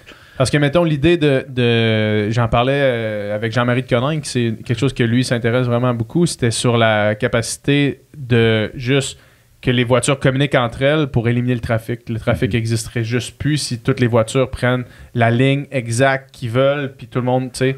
Mais pour faire ça, il faut comme que ce soit dans un système macro où est-ce que toutes les voitures disent « OK, voici le trajet que je vais faire », puis là, tout le monde s'ajuste à leur trajet en fonction du trajet des autres voitures. Puis là, tu n'as plus besoin de feu de circulation. Tu n'as plus besoin de rien. Ça change pas mal. Tu sais, à la rigueur, quand tu penses à ces questions-là, tu n'as peut-être même pas besoin de routes telles qu'on les connaît aujourd'hui. Peut-être genre 2 tracts d'asphalte puis du gazon autour. C'est correct. Ton auto va rester... parfaitement droite. Mais ça, ces questions-là c'est un peu différent, je pense, de la question de la voiture autonome. C'est comme des flottes de voitures. Tu les vois comme une espèce de dessin de fourmis, quasiment. Ils se parlent toutes, puis ils font les bonnes affaires. Ça aussi, ça peut être intéressant. Je sais pas. Je connais moins ça. Ouais, je comprends. En tout cas, une chose est sûre, c'est que ça va être intéressant de notre vivant, là, les avancées qui vont avec tout ce qui a rapport avec l'intelligence artificielle. Puis j'imagine que justement, le fait que la machine puisse apprendre d'elle-même, ben le progrès est exponentiel. Ouais, en tout cas, c'est ça change la manière dont on crée nos machines. Avant... moi, je suis devenu programmeur. Là, si tu veux une machine qui est automatisée, qui fait quelque chose, il fallait que tu décomposes le code au complet. Avec l'apprentissage machine, cette forme d'intelligence artificielle-là, qui est la forme dominante aujourd'hui, l'apprentissage machine, tu lui donnes assez d'exemples. Tu lui dis, voici dans une situation, voici ce que tu devrais faire. Une situation, ce que tu devrais faire. Une situation, ce que tu devrais faire. Puis là, la machine finit par abstraire des règles de ça. Puis dit, tiens, une nouvelle situation que je n'ai jamais vue, mais est similaire à cette situation-là par X, à celle-là par Y, je devrais faire telle chose. T'sais. Et ça change complètement notre façon de concevoir des systèmes, de concevoir des machines. Moi, cet aspect-là, ça me donne beaucoup espoir, OK? Parce que quand on y pense, le progrès depuis l'ère industrielle, la manière dont on a fait du progrès, on a inventé des machines qui font la job de 100 humains, puis tu as juste quelqu'un qui conduit le gros truck, puis tu fais la job de 100 humains. OK? Ouais. Puis, en agriculture, c'est mon exemple préféré, tu es capable de planter un champ, de récolter un champ, de faire tout ça, puis tu as comme, je sais pas, 3 personnes, ça la ferme. Tu n'as pas besoin de tant de monde que ça. T'sais. À l'époque pré-industrielle, ça te prenait une trolley de monde pour faire la même job. Ouais. Mais la manière dont on y est arrivé, c'est en faisant des grosses machines niaiseuses. Ce n'est pas des machines qui sont basées sur de l'intelligence artificielle, c'est des machines qui sont juste fortes, mécaniques, efficaces. Ouais. Et ce que ça... On appelle... Des tracteurs, c'est des machines niaiseuses. Ouais. Non, mais tu sais... Je suis sûr qu'il y a bien... J'espère que vous ne faites pas des tracteurs. Mais tu sais, c'est compliqué tout, mais ça nous a quand même forcé à modifier notre environnement pour être efficace. Okay? À planter du maïs en belle rangée droite, là, c'est pas la manière la plus efficace d'exploiter le sol. C'est pas la manière la plus efficace de se servir d'un mètre carré pour générer de la bouffe pour une population, mais ça rend ça super efficace pour nos machines dont on va se servir pour récolter. Ce que l'intelligence artificielle permet d'une certaine manière, c'est d'avoir des machines qui apprennent à partir de systèmes qui sont bien plus compliqués que des beaux maïs plantés en rangée. On pourrait, par exemple, apprendre à une machine à récolter dans un champ qui serait planté un peu n'importe comment. Puis, cette machine-là, elle pourrait opérer dans un environnement qu'on pourrait dire plus organique. Fait que j'ai quand même espoir que cette révolution-là nous permette de créer une forme d'automatisation qui nous permette de supporter la vie humaine à 8 milliards d'habitants, mais une forme d'automatisation qui ne nous demande pas de systématiquement modifier notre environnement. Une forme d'automatisation qui pourrait être efficace dans un environnement plus organique, plus naturel, plus proche d'une planète originale, d'une planète moins transformée en humain. Et ça, moi, c'est ça qui me donne le plus espoir dans le potentiel de l'IA. Puis, parce que cet exemple-là est quand même frappant, là, l'exemple que tu viens de donner du camion, puis de la façon de pouvoir planter et cueillir, mettons, de façon plus organique, sans faire des grosses... C'est quoi le terme une monoculture, sans faire des monocultures énormes, faire de quoi qui permet au sol de rester plus efficace. Mais mettons que tu veux prendre un autre exemple que celui-là pour essayer de le mettre dans un contexte qui est peut-être plus proche de nos réalités, mettons, parce que oui, tout le monde mange, mais en même temps, on n'est pas dans le champ en train de voir l'impact d'une monoculture. Ouais. Ben, je sais pas, d'autres exemples, c'est des voitures dont on parlait tout à l'heure. Une voiture qui est conduite par une IA n'a pas nécessairement besoin des grosses routes partout, n'a pas besoin des routes à 6 voies, des gros boulevards à 6 voies, parce qu'elles sont plus efficaces pour se synchroniser, sont plus efficaces pour t'amener, je sais pas, à l'autobus. Puis, tu n'as pas l'impression de devoir prendre ton auto, prendre l'autobus, tout ça. C'est comme ça suit naturellement parce que tu as l'IA qui est assez intelligente pour être en mesure de te faire un parcours, de faire un trajet. Fait que peut-être que nos villes deviennent plus organiques, je sais pas. Peut-être qu'on peut avoir... Tu sais, une des raisons pour laquelle les villes sont construites avec des formats grilles puis tout ça, c'est pour être efficace, mais avec des humains qui conduisent, avec des... Tu sais, je sais pas si on peut s'imaginer construire une ville dans une forêt, mais avoir des systèmes qui nous permettent de se déplacer puis d'être efficace. Puis, sans être obligé de raser la forêt. Sans être obligé de raser la forêt ou d'être 12 personnes, tu sais. Ouais. C'est vraiment intéressant parce que ça rejoint quelque chose qu'on parlait hier. Encore une fois, parce qu'on a fait un podcast juste les deux, puis on a parlé de plein de sujets. Puis, tu sais, on parlait de, tu sais, mettons, vivre en ville versus vivre en campagne, tu sais, puis les problèmes d'étalement urbain, mais en même temps, tu sais, mettons, PH disait, moi, vivre en ville, dans le cœur de la ville, ça m'angoisse, j'aime pas ça, j'aime ça la nature, nanana, puis je le comprends tout à fait.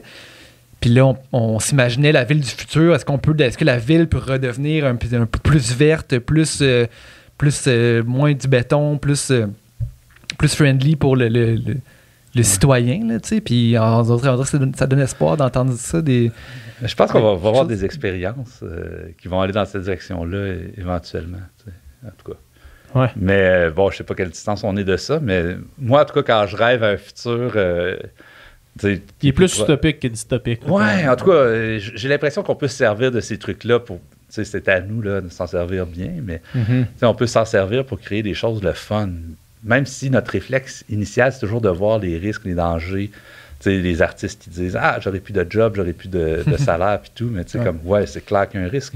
Mais, je sais pas, moi, je suis un optimiste, puis j'aime ça, essayer d'imaginer des futurs meilleurs. On a trop écouté Terminator.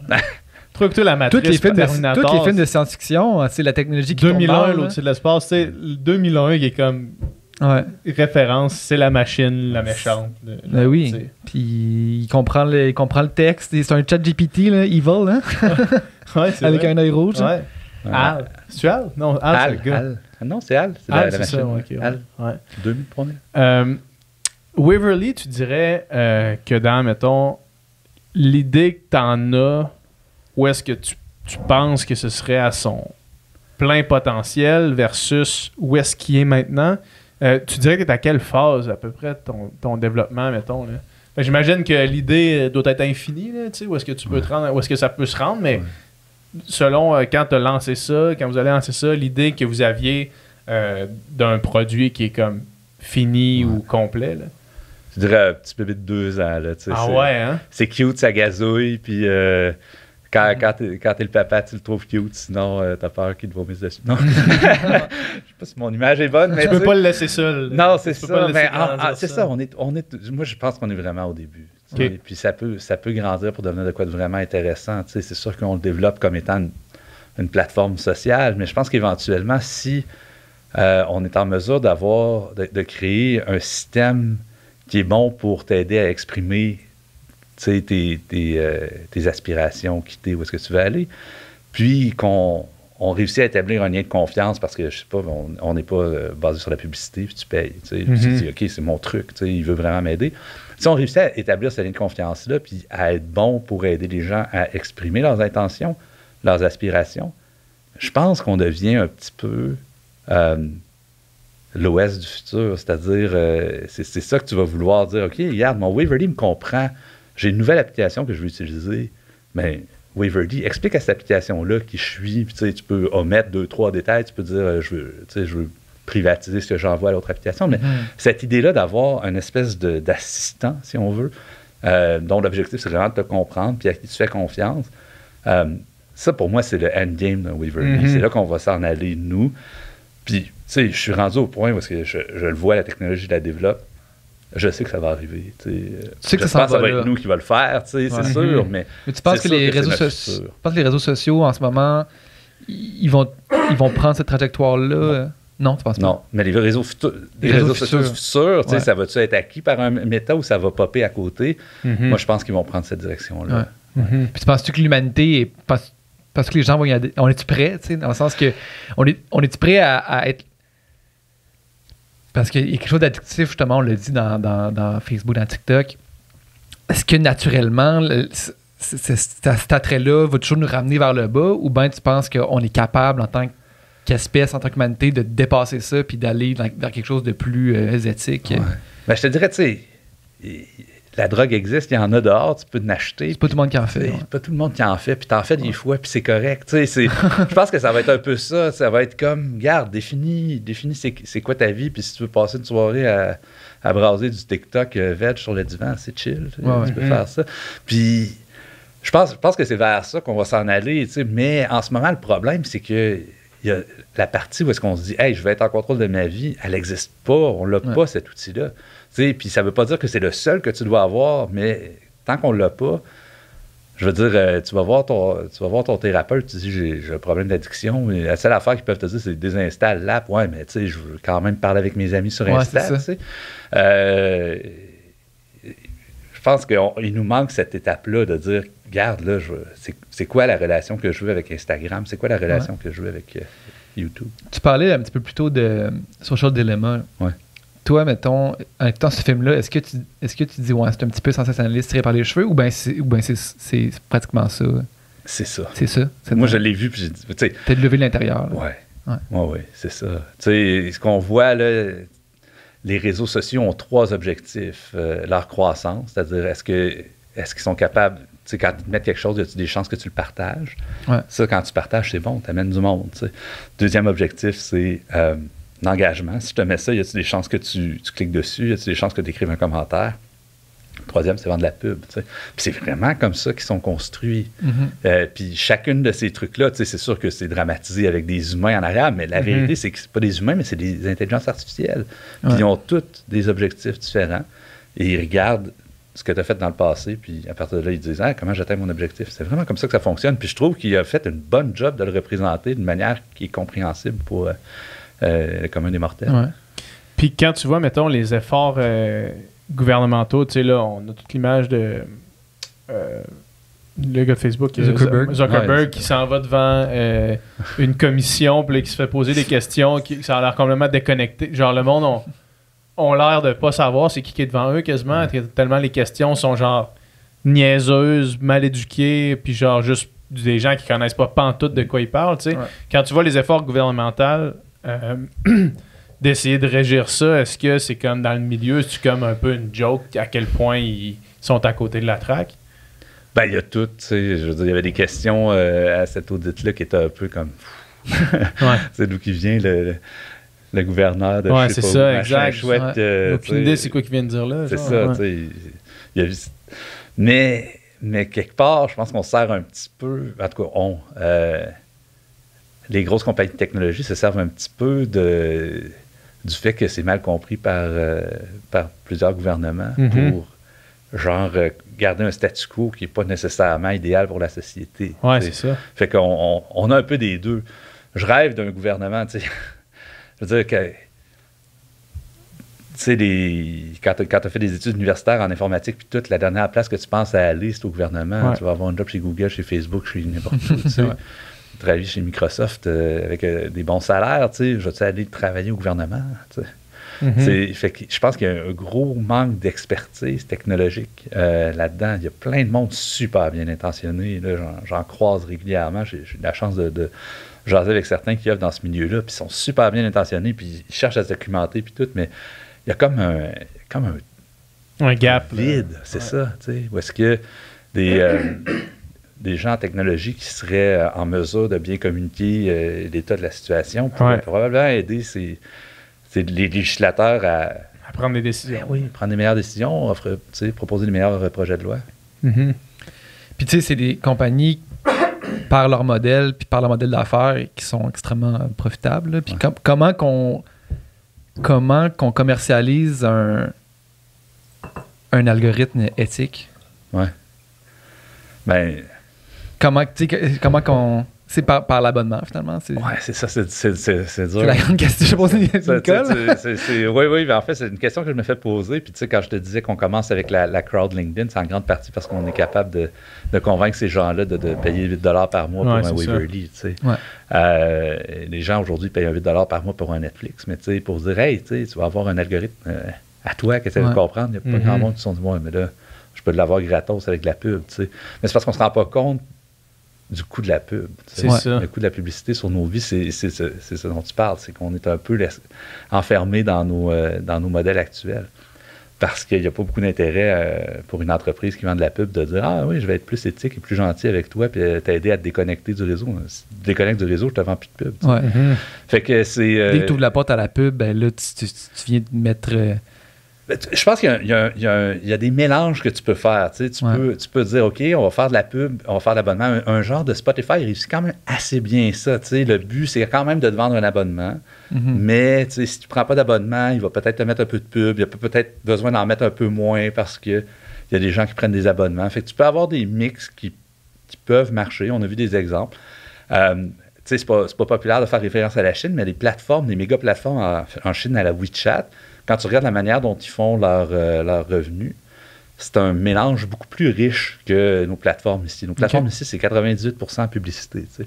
Là-bas, il y a de la publicité, il y a des redevances sur des achats que tu fais à travers la plateforme, il y a des subscriptions, il y a beaucoup de mécanismes qui permettent à ces plateformes de faire de l'argent. Puis on parlait de monoculture tout à l'heure, mais c'est un peu cette idée-là. On a des plateformes qui sont monoculture dans leur capacité à faire de l'argent en Amérique du Nord. Puis ça fait en sorte que, quand il y a un problème qui est associé à cette manière-là de faire de l'argent, ben, la plateforme, puis tous les utilisateurs en souffrent. Mm-hmm. Fascinant. Oui, vraiment. Puis, il y aurait... Waverly, en tant que tel, tu parles de ces différentes façons-là. Un des aspects les plus intéressants, c'est que je pense que vous le dites même dans le tagline, il n'y a comme pas de bruit. Tu sais, ta lecture d'article n'est pas dérangée par un esti de page de pub de même que tu essaies de scroller par-dessus, mais finalement, tu finis par cliquer sur l'affaire parce que... Puis genre là, tu perds le fil, puis t'es plus dedans. Fait que c'est quand même un attrait qui est hot, tu sais. Ouais.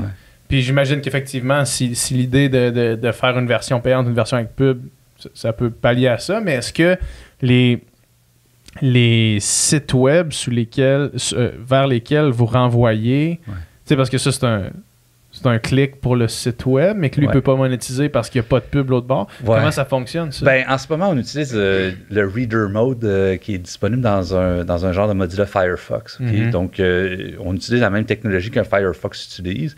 Puis déjà, aujourd'hui, si tu utilises cette technologie-là dans Firefox, tu caches beaucoup des publicités. Des publicités, oui. C'est comme mais c'est une technologie qui est quand même acceptée, elle n'est pas très répandue, elle n'est pas très utilisée. Mais effectivement, en ce moment, on a un Internet où les sites web se monétisent juste grâce à la publicité. Mm-hmm. Fait qu'il faut se poser la question, est-ce qu'on ne devrait pas avoir une meilleure manière de redistribuer l'argent que les plateformes font au site, où on devrait juste dire, mais non, you're on your own, mets ta pub, puis essaie de la mettre la plus grosse possible pour créer des clics, parce que si les gens cliquent, ça te fait plus d'argent. Mm-hmm. On est vraiment dans un Internet pourri en ce moment, dès qu'on est en dehors des plateformes, là, quand on se promène sur le Wild Web, là, c'est pourri l'expérience. Ah, le web c'est dégueu. Là. C'est dégueu. Ouais. Tu sais, je sais pas, moi quand j'étais jeune, c'était pas dégueu de même, tu sais. Ouais. Puis là, c'est comme tu dis. Tu peux pas lire un article sans avoir 14 pubs entre les paragraphes. Genre. Puis surtout, puis même des sites genre, Chris, je veux juste lire une nouvelle comme dans le journal de Québec. Je veux juste lire une nouvelle. Là. Genre, je veux lire c'est quoi qui s'est passé. Puis là, tu passes à travers 14 pubs de n'importe quelle compagnie. Évidemment, je nommerai pas de compagnie, mais genre, ça n'a pas de sens. Là. Non, puis, tu sais, comment on s'affranchit de ça, tu sais, puis c'est ça. Notre idée, nous, un peu, c'est de dire, OK, on va commencer avec des gens qui sont un petit peu plus sensibles à ça. Mais ce serait le fun de voir un Internet qui évolue pour... Tu sais, je dis pas que tu dois t'abonner à tous les sites sur lesquels tu vas, mais qu'on a des mécanismes de redistribution qui disent comme, tiens, toi, tu es abonné ici, puis quand tu vas sur ces sites-là, ben, on va leur envoyer de l'argent à partir de l'abonnement que tu as chez nous. Ouais. On n'est pas rendu là, on n'a pas les mécanismes qu'il faut sur Internet pour faire ce genre de redistribution de valeur-là. Mais encore une fois, c'est un optimiste. J'espère qu'on va arriver dans un futur où est-ce qu'on va être en mesure de faire ça. Ouais. Dans 5 ans, où est-ce que tu penses qu'on se situe là, collectivement? Là? Ça ressemble à quoi d'après toi? Mettons, selon ton guess, pas mal plus éduqué que le nôtre, là. Mais dans 5 ans, on est où, là, à vitesse que tu dois faire bon? Je me trompe tout le temps dans mes guesses. J'avais parié contre mon patron. J'étais chez Google à l'époque du truc de Go. J'avais parié contre mon patron, j'ai perdu. Tu pensais qu'on allait gagner contre la machine? J'étais sûr que l'humain allait gagner. Ouais. Je jouais au Go moi-même, là, puis je jouais contre les meilleurs IA de l'époque, puis j'ai battu quasiment. Fait que je pensais pas que l'humain avait réussi à faire tout ça. En tout cas...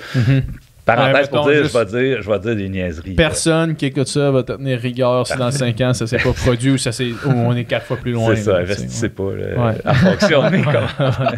Mais où est-ce qu'on est? Écoute, moi je pense, ce que je vois dans ma boule de cristal, là, c'est que cette idée-là que les ordis peuvent comprendre la subtilité de la langue naturelle, là, ça va faire des bons géants, mais pas juste aux applications créatives. Ça va faire des bons géants à toutes les applications qu'on utilise parce que soudainement, on va trouver des manières intelligentes, là, des manières faciles de de convertir en texte les configurations, la manière dont les applications essaient de fonctionner pour nous. Fait qu'on va avoir des Excel avec lesquels on interagit en texte. On va avoir des réseaux sociaux comme un Waverly avec lesquels on interagit, mais où est-ce que le texte est beaucoup plus présent.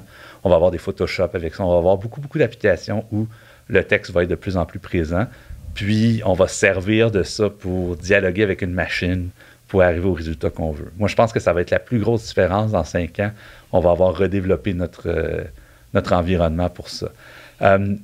Un genre d'assistant vocal qui peut tout faire, là, ouais, ben tu sais, c'est ça. Ça va-tu être avec le clavier, avec la voix? C'est sûr que la voix, ça s'en vient. Là. Mais tu sais, des assistants vocaux, peut-être justement un Alexa qu'on n'est pas écœuré, qui ne peut pas juste nous compter des jokes et nous dire la météo. Je sais pas, ça se peut. Mais ça va être beaucoup autour de ça, je pense, de la compréhension de la langue naturelle. À mon avis, c'est là qu'on va voir beaucoup de progrès, mais ça va se décliner de plein de façons différentes. Là, la question, c'est est-ce que GPT-4, la prochaine version, va être tellement incroyable que ça va être une autre évolution? De mon côté, je pense pas, mais comme je dis, tu t'es trompé par rapport à Go, fait que là, on peut plus te faire confiance. mais Sam Altman, le patron d'OpenAI, dit la même chose, dit que il y a tellement eu de hype par rapport à GPT-4 que les gens vont être déçus. Fait que je serais pas mais sont-ils en train de le développer? Oui, ça s'en vient pour la fin de l'année. Ouais. Pour la fin de l'année? Oui. Puis, on sait-tu un peu ça va être quoi les features sur lesquels ils veulent ajouter? Ou? Non, il y a beaucoup de spéculation, mais il n'y a pas grand-chose qu'on sait pour vrai. Là. Je pense que la seule chose qui a été dit, c'est que ils voulaient intégrer des choses comme DALL-E à l'intérieur. Donc, que tu puisses demander des images. Tu vas peut-être pouvoir lui dire « fais-moi un graphique de X ». Mais c'est ça. Au-delà de ça, il y en a qui spéculent sur la taille du modèle, combien de... Mais d'après toi, dans 5 ans, ça demeure quand même encore des applications sur les mobiles ou sur l'informatique. Il n'y a pas encore d'application extra-ordinateur, mettons. Je pense pas. Il n'y a pas d'application encore sociétaire dans 5 ans. Ben, sociétaire. Je pense que ça va affecter la société, mais je ne sais pas trop comment. Ouais. Là. Okay, mais ça va affecter le microcosme de on n'aura pas de robots dans notre salon. Non, on n'aura pas de... Je pense qu'on n'aura même pas de self-driving, de voiture autonome. Je pense qu'on n'en aura pas. Je pense qu'on va être, on va être encore au niveau de découvrir cette technologie-là. En général... c'est ça. En général, les gens extrapolent beaucoup quand il y a des changements. Ils imaginent des gros changements, mais c'est long. Ouais, comme on pensait que l'an 2000, ça allait être des voitures volantes puis une compagnie. Ça, c'est-tu le plus mauvais pronostic de l'histoire? Mais c'est sûr que ça va prendre probablement... C'est sûr que ça va prendre encore du temps. Ouais. Mais on dirait, par exemple, que ça prendra le temps que ça prendra, mais qu'il y a peu de fin à ça. Dans le sens que il y a des technologies qui existent aujourd'hui qu'on n'aurait jamais pu imaginer, vous le s'entendre, jamais impossible. T'sais. Puis suivant cette trajectoire-là, j'ai l'impression que ça va continuer d'être des grands changements là, dans les prochaines décennies. Là. Ouais. Ça va être des grands changements, puis je pense un peu comme tu dis, on a de la misère à les voir aujourd'hui. On a de la misère à les imaginer. Tu sais, comme je t'aurais décrit l'Internet en 1950, tu aurais fait « c'est quoi cette affaire-là? De quoi tu me parles? » Puis tu vas acheter des trucs avec un clic de souris. Tu n'aurais même pas compris c'est quoi l'impact que ça a, les réseaux sociaux. J'essaie d'expliquer à quelqu'un qui connaît juste la télévision ce que ça va être, un réseau social, puis comme on va consommer des contenus qui sont faits par... n'importe qui, n'importe où. Nous ici, c'est dur de s'imaginer ça à l'époque, puis surtout d'imaginer l'impact que ça a. Ça change le paysage médiatique complètement. Je pense que c'est le même genre de choses qu'on va voir. Je ne serais pas surpris que Google ne ressemble plus du tout à Google ou que ce soit quelque chose de complètement différent, qu'on soit tellement habitué à ces interfaces texte-là que c'est à ça qu'on pose nos questions. On ne s'attend plus à avoir 8 liens, puis à cliquer sur un lien, puis à se ramasser sur une page. On est beaucoup plus dans une espèce de dialogue pour répondre à nos questions. Ça va chambouler complètement l'économie de l'Internet. On en parlait tout à l'heure. Si on n'a même pas besoin d'aller sur la page pour avoir le résultat, tu n'as même plus la chance de me montrer ta pub. Imagine, tu mixes ça avec le Neuralink d'Elon Musk, puis là, tu poses une question dans ta tête en réfléchissant à voix haute, puis là, tu te dis, je me demande, c'est quoi les trois meilleurs vendeurs en termes de sortes de pommes, puis là, tu le sais automatiquement. Genre. dans ta tête, il y a quelqu'un qui te dit, c'est mec là, c'est genre, les noms de pommes, whatever. Je les connais pas, mais c'est genre ces pommes-là. Puis là, tu le sais, t'as l'information, tu l'as, genre. Ça va faire des podcasts super intéressants. On va se regarder pendant 3 heures sans rien dire. Ouais. Mais tu sais, chaque fois que t'as une question, genre une question, c'est quoi le plus long poisson au monde? Puis là, genre, c'est telle affaire, puis là, tu le sais, genre. En fait, ChatGPT va pouvoir te... Tu dis, hey, j'aimerais ça écouter un podcast de 3 gars qui jasent de bière, de sortes de bière, il va te faire un podcast, puis tu vas l'écouter. Ouais, mais comme on disait tout à l'heure, je pense que la connexion avec la personne elle va rester importante. Ouais. Tu sais, fait que moi, si tu me fais un podcast de 3 personnes qui parlent, puis je sais que c'est des avatars de ChatGPT. Mais après ça, l'affaire, c'est mettons que tu le sais pas. Ouais. C'est là que ça devient fou. Ouais. Mettons que tu l'apprends pas, tu fais juste ouvrir ton affaire, puis là, en plus, t'as même pas besoin de voir de vidéo. Là. Tu fais juste écouter en audio un podcast, puis si t'es pas capable de distinguer que c'est 3 personnes qui existent pas, c'est fou, là. Tu sais, là, je suis en train de composer. Je suis musicien, puis je suis en train de composer la musique d'un film, tu sais. Ah ouais. Mais.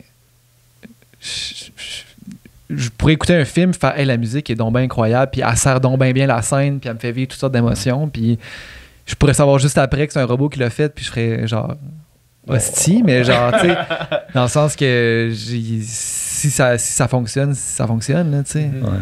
En ce moment, il y a des playlists sur Spotify c'est surtout des playlists de piano, de musique instrumentale, un peu néoclassique, mettons, tu sais, puis beaucoup de gens qui écoutent ça en étudiant ou en travaillant ou qui se mettent ça comme ambiance, tu sais, puis quand tu fais la recherche, il y a des noms d'artistes qui sont là, puis quand tu fais la recherche, tu trouves rien, tu trouves pas personne derrière, là, tu sais, fait que soit c'est des ghostwriters, compositeurs, tu sais, que Spotify a payé pour leur faire des pièces pour mettre sur la playlist, ou c'est généré par l'AI, tu sais, puis eux autres, c'est que c'est des pièces qui ont des millions de streams parce que les gens écoutent ça en boucle, puis que les autres, ils n'ont pas besoin de payer de redevance à des vrais humains, tu sais. C'est fou quand même, mais tu sais, ça reste, comme tu disais, un peu, entre guillemets, de la musique d'ascenseur, dans le sens, c'est de la musique qu'on se met pour créer une ambiance versus un chanteur qui va avoir une émotion puis qui va relate aussi aux paroles puis tout ça. Mais dans un sens, ça aussi, ça éventuellement peut exister aussi, là, tu sais. Je vais continuer sur mes prédictions sociales, parce que c'est à ça que ça m'amène, ta question, ta réflexion. Moi, je pense qu'on va voir de plus en plus de mécanismes de redistribution de la richesse qui ne sont pas nécessairement juste basés sur le capitalisme. Okay? Je suis wild un peu. Okay. Je fais l'hypothèse que mes investisseurs ne se rendront pas jusque-là dans le podcast. Mais non, parce que effectivement, une des raisons pour laquelle tu es frustré, c'est pas parce que c'est un IA qui a créé le truc, c'est parce que tu sens que hey, ma job est en train de... Je fais ça, j'aime ça faire de la musique. Ouais. Puis ça donne que je peux être payé pour le faire. Ouais. Puis je suis en train de perdre ça. T'sais. Mon réalisateur, il n'aura même plus besoin de moi. T'sais, quand tu dis ça va être un robot qui va le faire, mais ça va quand même être le réalisateur, le gars. Ouais. Comme on le sait, YouTube, ça a permis à. Il va dire j'aimerais ça une musique dans tel style, avec beaucoup de cornemuse, mais pas de violon. Puis il va te faire de quoi? Mais il y a encore un humain derrière. Il y a l'intention du réalisateur. Il y a quelqu'un, sauf qu'il n'y a pas besoin d'avoir un staff de 12 personnes en arrière, puis il est capable d'arriver à un résultat similaire. Mais ça, à qui ça fait? T'sais, pourquoi ça nous inquiète aujourd'hui? En grande partie parce qu'on se sent dépendant de notre utilité à ce réalisateur-là pour avoir notre salaire. T'sais. Je pense qu'on va finir par se poser ces questions-là. Je pense qu'on aurait dû se les poser il y a 10 ans, mais on va se demander, est-ce que vraiment la job, c'est la meilleure ou la seule façon dont on devrait, comme société, redistribuer la richesse? Est-ce que c'est compatible avec une société qui automatise de plus en plus de jobs? Je sais pas ça. Ben, ça, encore une fois, c'est une des questions qu'on se posait hier. Je veux dire, de plus en plus que les machines peuvent faire des jobs qu'on peut faire, à un moment donné, quand il n'en restera plus, on va faire quoi? T'sais? Ça va être quoi l'humanité? Ça va être quoi le quotidien d'un humain? Moi, si j'aime faire du macramé, je vais faire du macramé, mais il faudrait bien que j'aille de quoi m'acheter mon épicerie. Si personne veut mon macramé, ça ne me dérange pas. Je vais faire je le fais parce que j'ai du plaisir à le faire, puis je pense qu'on a toujours des aspirations. Tu vas continuer à faire de la musique. Tu aimes ça, faire de la musique, j'imagine. Tu vas en faire. Ouais. Sauf que tu vas le faire, puis tu vas l'écouter avec tes chums, ou tu vas le mettre sur Internet, puis tu vas avoir du monde qui va l'écouter parce qu'ils trouvent ça le fun de t'écouter toi. Mais ton but, ça va pas nécessairement être de la vendre, puis de devenir riche grâce à ça. Mais rendu là, il faut quand même que tu sois capable d'acheter ton épicerie. Mais oui. Mais probablement qu'il y a un système de de salaire de base universel va finir par Quand exister. il va avoir plus assez de jobs pour les Ben, c'est travailleurs ça. qui n'auront pas le choix de faire ça. J'espère. Ouais. Fait qu'on invite les gens à downloader Waverly, Oui. à participer à l'expérience. Moi, je l'ai fait tantôt. Je vais continuer à aller plus loin, plus en profondeur dans ça, mais c'est super cool. Sinon, si tu as des choses à plugger, des trucs que tu veux dire aux gens qui nous écoutent. Non, on va mettre le lien en dessous, j'imagine. Ouais. C'est mywaverly.com. Ouais. Yes. C'est Super. vraiment intéressant. Merci beaucoup. Ben, Merci ça m'a fait beaucoup. plaisir. Merci à Yes. vous. Yeah.